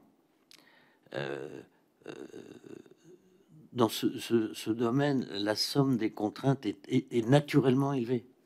Et elle est phasée. Et elle peut être contradictoire à certains moments. C'est une absolue évidence. Le développement des renouvelables, il est payé sur la facture du consommateur français, même celui qui n'a pas de renouvelable à côté de lui. Le CSPE, ça sert à ça. Et il y a probablement c'est une des raisons aussi du retard à l'allumage au départ du système français. Bon, ça me paraît évident. Maintenant, c'est ce que je voudrais juste évoquer un point, monsieur le rapporteur, monsieur le président, c'est la nouvelle cartographie du monde de l'énergie. Moi, il me semble qu'il y a devant nous deux révolutions. La première, je vous l'ai dit, mais qui est monstrueuse et qui peut être extraordinaire pour nous, c'est le retour à la Terre et la révolution digitale énergétique. Les progrès peuvent être mais considérables. Regardez le succès extraordinaire de cette fabuleuse initiative de RTE qui est EcoWatt. Mais c'est une application digitale pure et simple. Mais on peut faire 100 EcoWatt. Le pilotage à distance de l'énergie, le pilotage intelligent, le pilotage en continu. Enfin, on est encore dans un système assez préhistorique où, en gros, il y a de la production, il y a de la consommation un peu stable. Hein, on allume, c'est normal, ça vient. Mais entre les deux, et le deuxième, c'est ce qui se passe à notre sud. La nouvelle carte, pour moi, elle est sud. Elle est marocaine, elle est saharienne, elle est mauritanienne, elle est de cette partie, c'est le Maghreb plus les pays limitrophes. Ce qui est en train de se passer, mais c'est extravagant. Le Sahara occidental va devenir le hub énergétique mondial du renouvelable. L'hydrogène vert, il sera à Dakhla. On a les interconnexions. C'est-à-dire, je pense que ce qui entraîne d'ailleurs une réflexion plus globale de la France par rapport à la géopolitique. Bon, il y a un sujet qui a une influence géopolitique, hein, sur le Sahara occidental notamment. Mais ne passons pas à côté de cette redistribution géographique des capacités. Voilà. Notre avenir est à notre sud. C'est ça ma conviction. Pardon de répondre à une question qu'on ne m'a pas posée. Merci, monsieur le ministre. Je vais passer la parole à notre collègue Maxime Lenné. Bonjour et merci, monsieur Borloo. Vous avez répondu déjà à un certain nombre de questions. Si je peux faire, j'en ai 4 assez précises, mais si je peux le faire en 2 fois, en 2 blocs. La première, alors vous avez déjà longuement évoqué Flamanville, mais pour être un peu précis par rapport à des auditions que nous avons déjà menées, notamment le PDG d'EDF Renouvelable et 4 représentants de fédérations syndicales hier, qui nous ont dit pas tout à fait la même chose. Le premier nous a dit qu'en fait on avait lancé l'EPR de Flamanville tout simplement parce que ça faisait 40 ans qu'on n'avait pas construit de nouveaux réacteurs et qu'on se rendait compte qu'il fallait quand même entretenir les compétences et que c'était une façon de le faire. Et les syndicalistes qu'on a rencontrés hier nous ont dit vous n'y êtes pas du tout. En fait, le PR de Flamanville, c'est juste un prototype et donc il fallait se faire la main. Ce qui revient peut-être d'ailleurs à peu près au M. Mais voilà, donc si vous avez des informations là-dessus. Et deuxième question pour ce premier bloc, ma collègue Julie Lerneus, vous l'avez posé, mais c'est vrai qu'elle avait posé beaucoup de questions. C'est sur la question des déchets nucléaires. Alors, on pourrait parler de CIGEO, mais là, on a appris il y a 4 jours que nos entreprises ont laissé, les entreprises françaises, on va dire, ont laissé 20 millions de tonnes, je crois, de déchets nucléaires à l'air libre au Niger. Est-ce que à l'époque vous aviez connaissance de ces choses? Et voilà. Et donc je reprendrai la parole si ça vous dérange pas pour un autre sujet.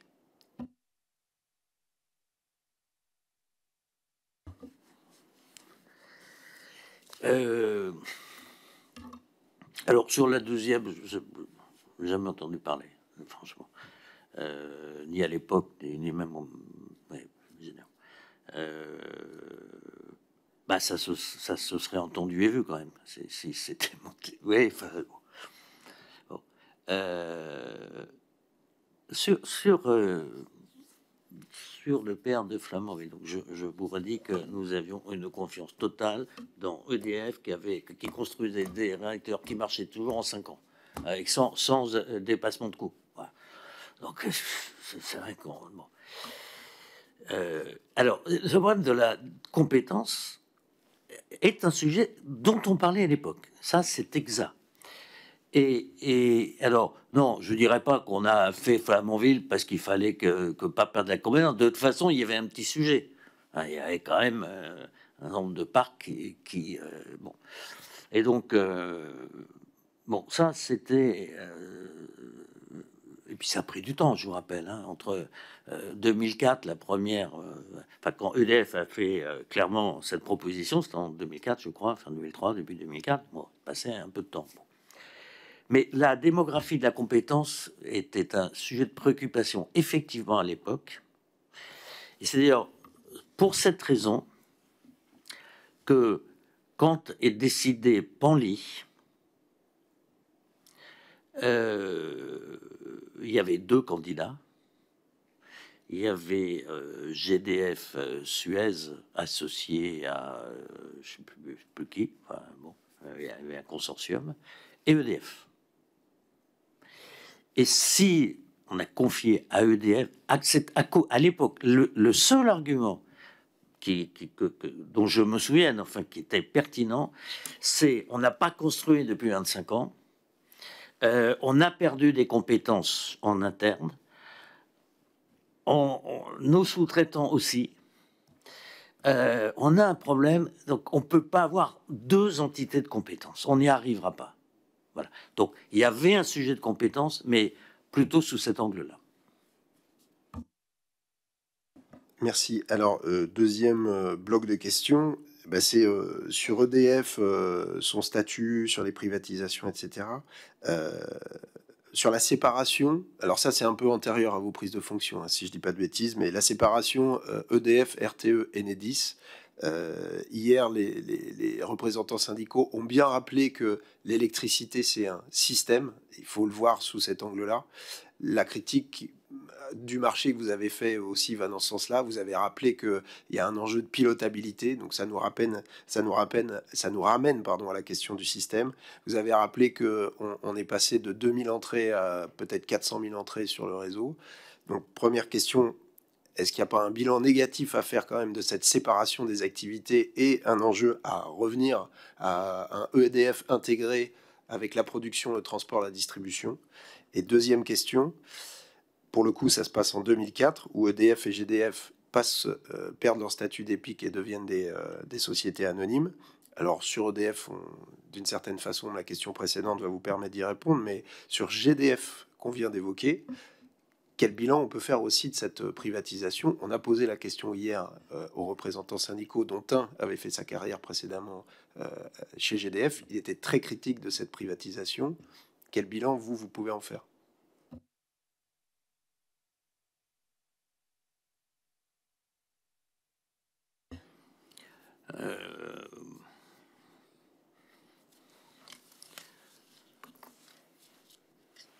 J'essaie vraiment de réfléchir, parce que c'est pas... Non, mais sur le premier point, j'en ai fait allusion tout à l'heure.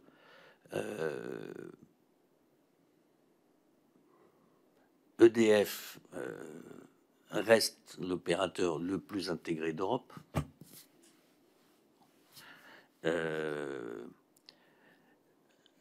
La séparation Enedis-GDF, je constate simplement que, pardon, RTE et Enedis, je constate simplement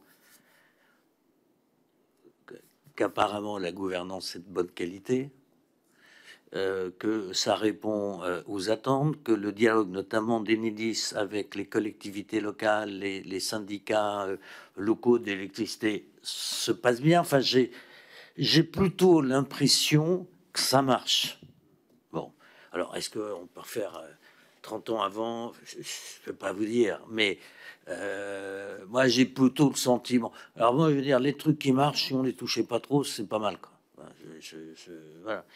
Je pense qu'il y a des moments où il y a souvent, enfin, il est assez rare que les gens prennent vraiment la mauvaise décision. Et ce qui est sûr, c'est que les circonstances changent et que si vous adaptez pas, une ancienne très bonne décision peut devenir une catastrophe. Exemple, le pilotage. Bon. Ça, et en matière d'énergie, c'est sûr. Ça, c'est une certitude. Maintenant, bon, voilà, la République française a fait des choix avec des gouvernements successifs qui sont tous allés dans une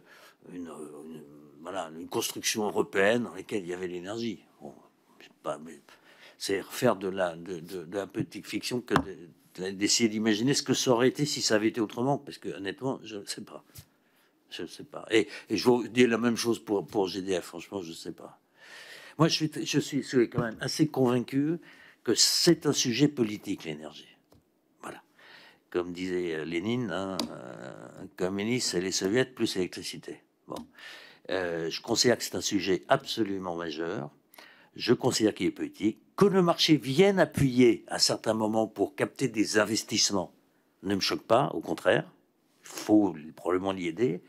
Mais c'est un sujet de stratégie collective. Voilà. J'ai passé 3 années de ma vie à monter une agence d'électrification en Afrique. Parce que 650 millions d'Africains n'ont pas accès à l'énergie. Mes enfants, on est dingues. C'est à 14 km de chez nous. C'est notre lutte de croissance et d'expansion, de croissance, y compris de PIB, hein, par la proximité. Où ça va être notre drame? Où ça va être notre drame? Bon, je pense que l'Europe aurait bien raison de proposer à la disposition de l'Afrique un énorme plan d'énergie renouvelable pour toute l'Afrique. Alors, il se débrouille pour l'instant au Maroc très bien. On pourrait peut-être y participer, mais c'est un sujet majeur. Donc, pensez que les seules lois, le marché doit venir en appui de quelque chose de régalien. Pour moi, c'est régalien. Merci, monsieur le ministre. Je vais passer la parole maintenant à Francis Dubois. Merci, monsieur le ministre, déjà pour vos réponses et la façon d'imager les choses qui nous permettent de très bien comprendre. Donc, vous avez parlé au début de ce qui s'est passé au niveau du Grenelle de l'environnement, où on a bien compris que chacun, les ONG, le gouvernement, était bien à sa place et dans une discussion qui permettait de porter donc un projet environnemental et notamment en matière également de souveraineté énergétique et de résilience. À cette question, on a bien vu qu'à ce moment-là, les choses sont claires et bien définies. Avec, vous l'avez dit, les ONG ne sont pas opposées donc au nucléaire. Qu'est-ce que vous pensez aujourd'hui de l'influence politique des ONG, où y en a-t-il, où y en a-t-il eu au sein des cabinets ministériels? C'est ma première question. Ensuite, vous nous avez parlé au niveau de... vous avez bien imagé sur un pilote dans une voiture. Il est important d'avoir un pilote au sein d'une voiture, et je suis tout à fait en accord avec vous. Et on l'a bien compris que si on veut retrouver notre souveraineté et notre résilience, on est sur des stratégies de temps long, quel que soit d'ailleurs le mix. Vous êtes revenu là-dessus et on a reçu donc le directeur de cabinet du Premier ministre, Édouard Philippe, qui était directeur de cabinet de 2017 à 2020, Monsieur Ribado-Dumas, et qui nous dit qu'à un moment donné, ils font le choix de fermer un cycle donc nucléaire parce que ça coûtait trop cher. Est-ce que pour vous, ces choix-là, et dans des stratégies de temps long, ça nous amène à comment définir ce pilote? J'ai cru comprendre que vous souhaitez un ministère de l'énergie fort. Est-ce que ces choix, ils se doivent, si on veut garder notre souveraineté, ils se doivent d'être comptables ou plutôt être plus sur des choix industriels et quel qu'en soit le coût, si on veut revenir donc à un prix de l'énergie et une souveraineté donc énergétique.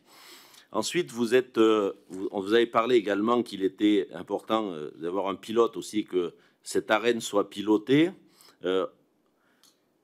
On a, vous l'avez dit, dans cet accès régulé de l'énergie, il y avait un engagement de 100 TWh sous condition d'un tarif donc piloté et réévalué.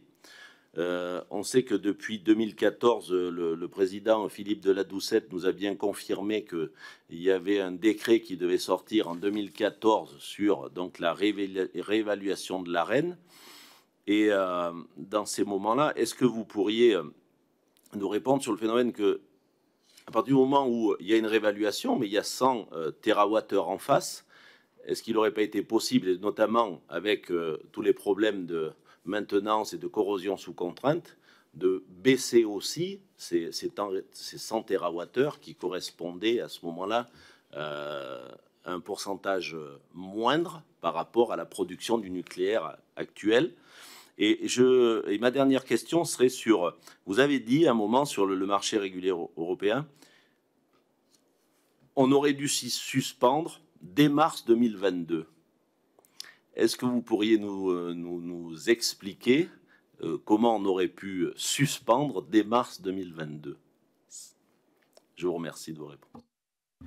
Merci.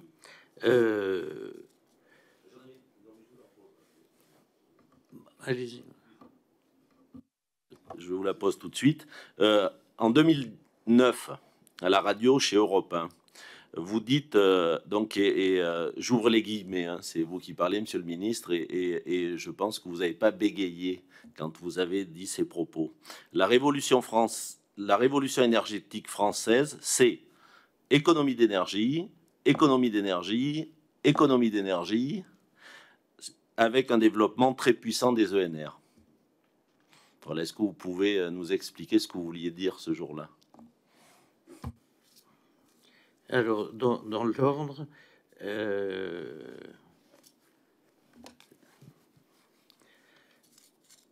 poser la question des ONG. Oui, l'influence politique des ONG au sein des cabinets ministériels. Comparaison du domaine de l'environnement. Si vous voulez, oui, non, d'abord, je voudrais revenir sur un point. Les ONG n'ont pas dit OK au nucléaire. Ne me faites pas dire ce que je n'ai pas dit. Ce que j'ai dit, c'est que le fait qu'on ait cette stratégie nucléaire arrêtée, qui s'arrête à 2 EPR, pas après, et le reste, n'était pas un casus belli suffisant pour qu'ils ne considèrent pas qu'on pouvait faire tout le Grenelle ensemble. Alors que sur l'extraction minière de la mine d'or en Guyane, c'était un casus belli, il n'y aurait pas eu de Grenelle.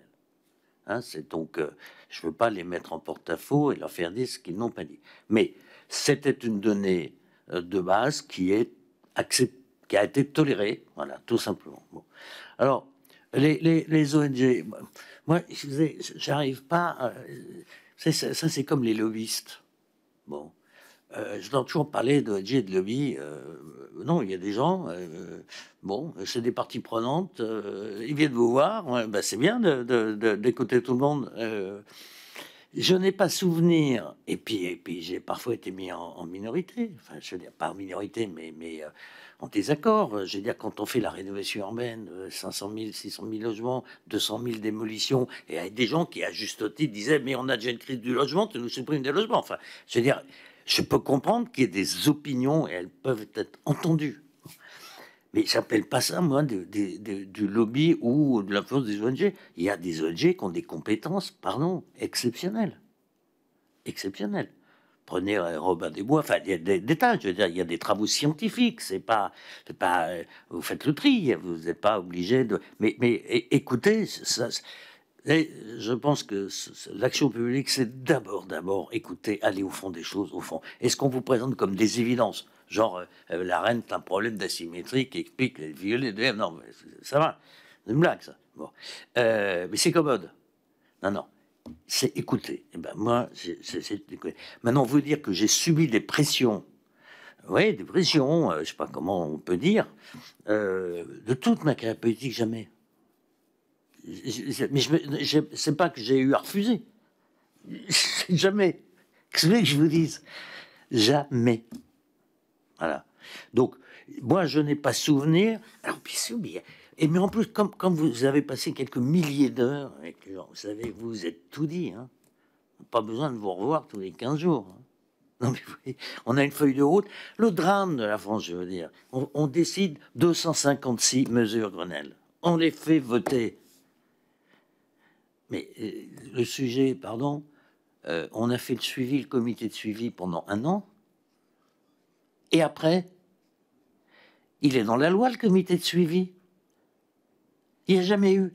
Elles sont où, les 256 mesures votées par le Parlement? On en est où? Il y en a peut-être des idiotes qu'il faut rectifier, il y en a peut-être accélérés, il y en a peut-être qui sont partis au contraire. Mais évidemment, notre drame, c'est le suivi, pilotage et suivi. Ça ne sert à rien de voter. C'est comme la rénovation urbaine. Le Parlement vote une rénovation urbaine. Voilà. Un énorme parc à détruire, à reconstruire, à résidentialiser de ça. Puis tout d'un coup, le truc, il s'arrête. Mais quand je dis ça, il s'arrête. Allez, comme passer 40 milliards, là, ou 48, financés en fait par les opérateurs eux-mêmes, hein, pardon de le dire, c'était pas par l'État. Bon. Ou pour l'essentiel, pas par l'État. Eh bien, sans que personne n'ait décidé qu'il y ait le moins de débat, le truc, il s'est juste arrêté. Parce que plus personne n'a suivi le truc. Voilà, tout simplement. L'énergie, enfin, les temps longs, c'est du pilotage et du suivi. Voilà. 256 mesures. Eh bien, Monsieur le Président, je sais pas, une petite suggestion qui dépasse ma condition d'aujourd'hui, mais pourquoi est-ce qu'il n'y aurait pas un débat sur où est-ce qu'on en est de 256 pour voir ce qui était une bêtise d'ailleurs, des trucs à modifier, des trucs à accélérer. Le mot Grenelle, qui était devenu un mot juridique, parce que il y avait des certificats, il y avait... Vous savez qu'on a dépensé de l'argent pour le supprimer de la documentation française. Ça, c'est la réalité. Ça, c'est la réalité. Donc, nos sujets nécessitent un consensus et de la continuité. Voilà. Ça peut pas être... c'est pas possible. Alors, vous m'avez posé une autre question.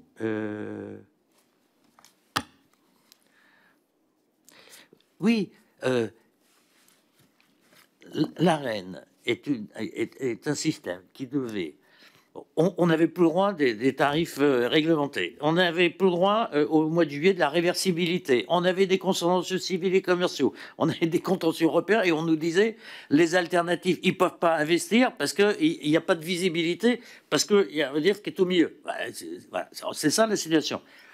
On met en place un outil. Bon, alors après avoir compté que le Parlement, il y a eu. Alors vous allez voir les échanges extraordinaires avec Lenoir, avec François Brotte, avec.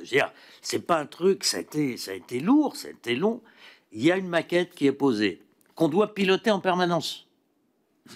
Oui, on aurait pu passer à 60 et on aurait pu passer à 58 et puis repasser. Oui, bien sûr. Mais c'est le pilotage, ça. Toutes les conditions évoluent. Voilà. C'est pour ça que la loi, elle fixe pas un prix, elle fixe une modalité de fixation de prix. Voilà. Et c'est pas l'ACRE qui fixe le prix, l'ACRE donne un avis. Et c'est nécessaire. Mais l'ACRE, elle n'est pas parfaite non plus. Et après, il y a une responsabilité de la nation, voilà, qui à un moment donné est représentée par des gens, un titre provisoire, mais c'est comme ça. Oui, alors, ce que j'avais dit sur cette bonne radio d'Europe 1, oui, bah, je maintiens. Mais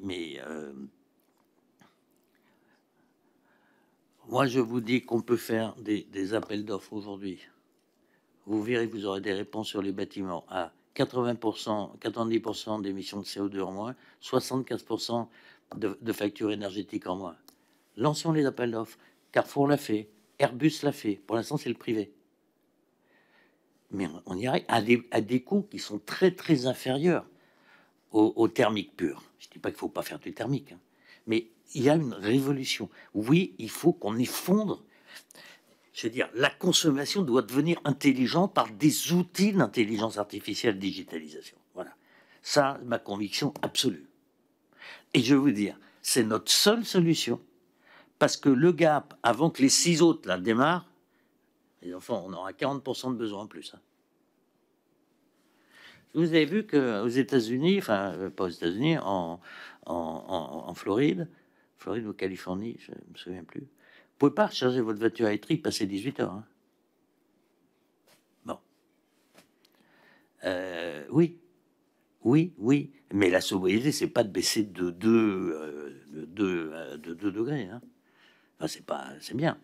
Mais ça, c'est la vraie révolution. Elle est devant nous. On est au tout début, on est au premier semestre quasiment de cette nouvelle ère.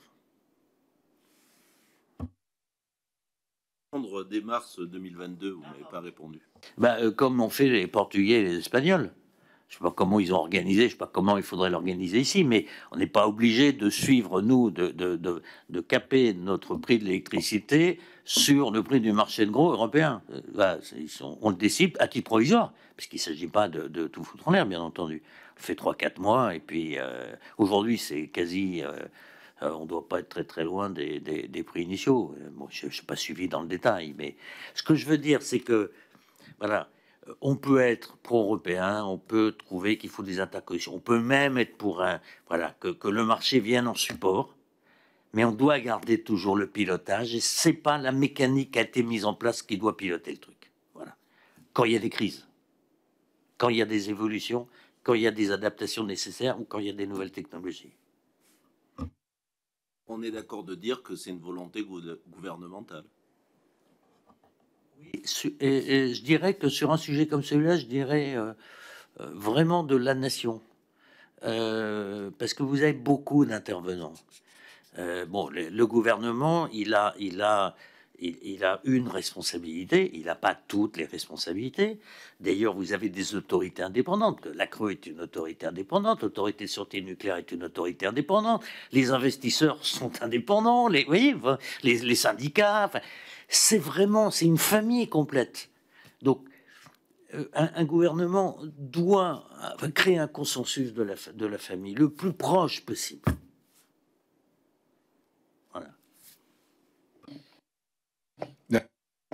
Merci, Monsieur le Ministre. Je crois qu'il me revient de conclure. D'abord, les échanges étaient passionnants. Merci d'être venu jusqu'à nous pour témoigner de votre expérience, qui est grande. Moi, en guise de conclusion, je voudrais, si vous pouviez, de manière synthétique, nous dire si cette période que vous avez traversée, de l'instant où vous étiez aux responsabilités jusqu'à maintenant, parce que vous êtes quand même un acteur éclairé du sujet, qu'est-ce qu'il a manqué pour qu'on... On a bien entendu le pilotage, la volonté politique, etc. Mais à votre sens, est-ce qu'il y a des regrets? Est-ce que vous avez des regrets, soit personnels, soit des regrets de choses qui n'ont pas été faites, sans forcément mettre en accusation des gens, sur notamment les compétences en matière de nucléaire, parce qu'on n'a pas tout abordé. Enfin, je sais que le thorium ne peut pas être un sujet, par exemple, pour la France, parce que c'est pas intéressant, mais on aurait pu évoquer ça. Est-ce qu'on n'a pas suffisamment investi dans la fusion, alors qu'on voit qu'aujourd'hui aux États-Unis, dernièrement, il y a quand même eu des résultats qui sont assez extraordinaires, et on a peut-être laissé partir nos compétences. Pourquoi, vous l'avez dit, ça a été plus culturel qu'autre chose, mais on aurait peut-être pu combattre ce côté culturel français qui fait que les énergies renouvelables ne se sont pas développées à la hauteur de vos espoirs et des 2 Grenelles que vous avez fait. Donc ça, retracer un petit peu si vous voyez des regrets ou des choses qui auraient pu être mises en place. Et puis, la question de la fin, en tout cas pour moi, c'est que on parle de souveraineté énergétique française, est-ce atteignable ou est-ce simplement une utopie? Et pour vous poser cette question-là, j'en fais référence, et j'en suis d'accord avec vous, avec le potentiel énergétique extraordinaire de l'Afrique, qui sera sûrement beaucoup plus forte que tous les pays du monde. Donc je voulais vous poser la question en guise de conclusion sur votre intervention aujourd'hui.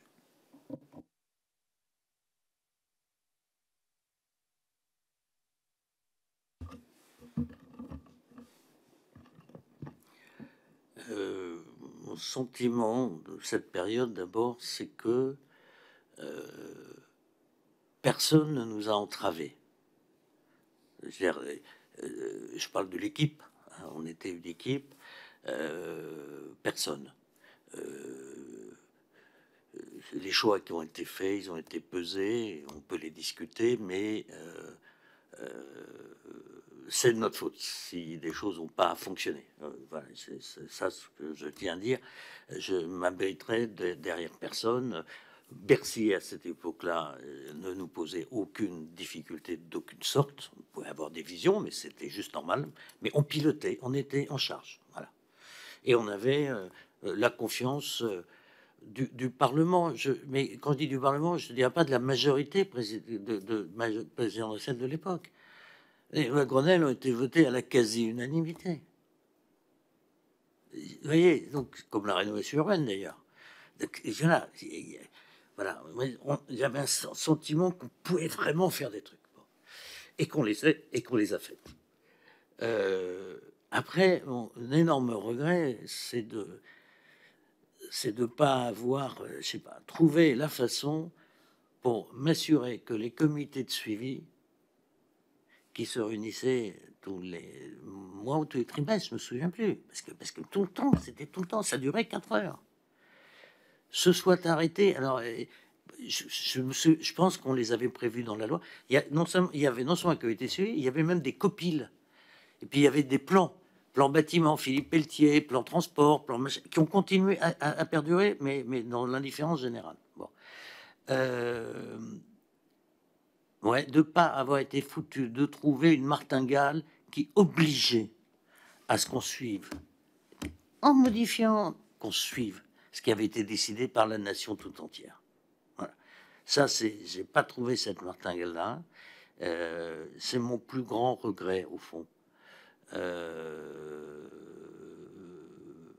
Alors après, je pensais qu'on a...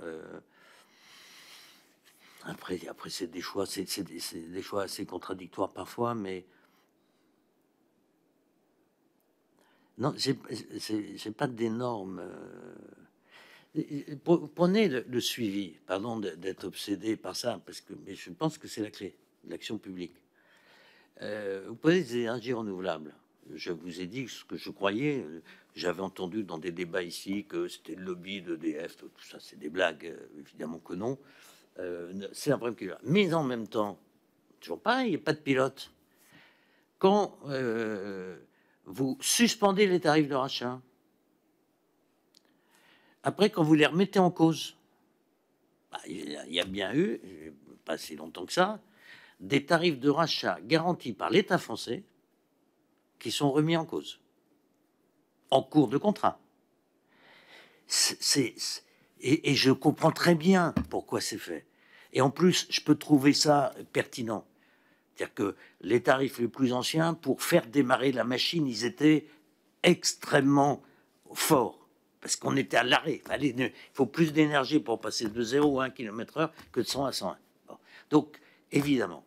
Donc, je comprends très bien. Et au fond, c'est rationnel. Sauf que, attention, gaffe, parce que c'est des activités hautement capitalistiques. Et c'est des fonds d'investissement en infrastructure. Et un pays qui...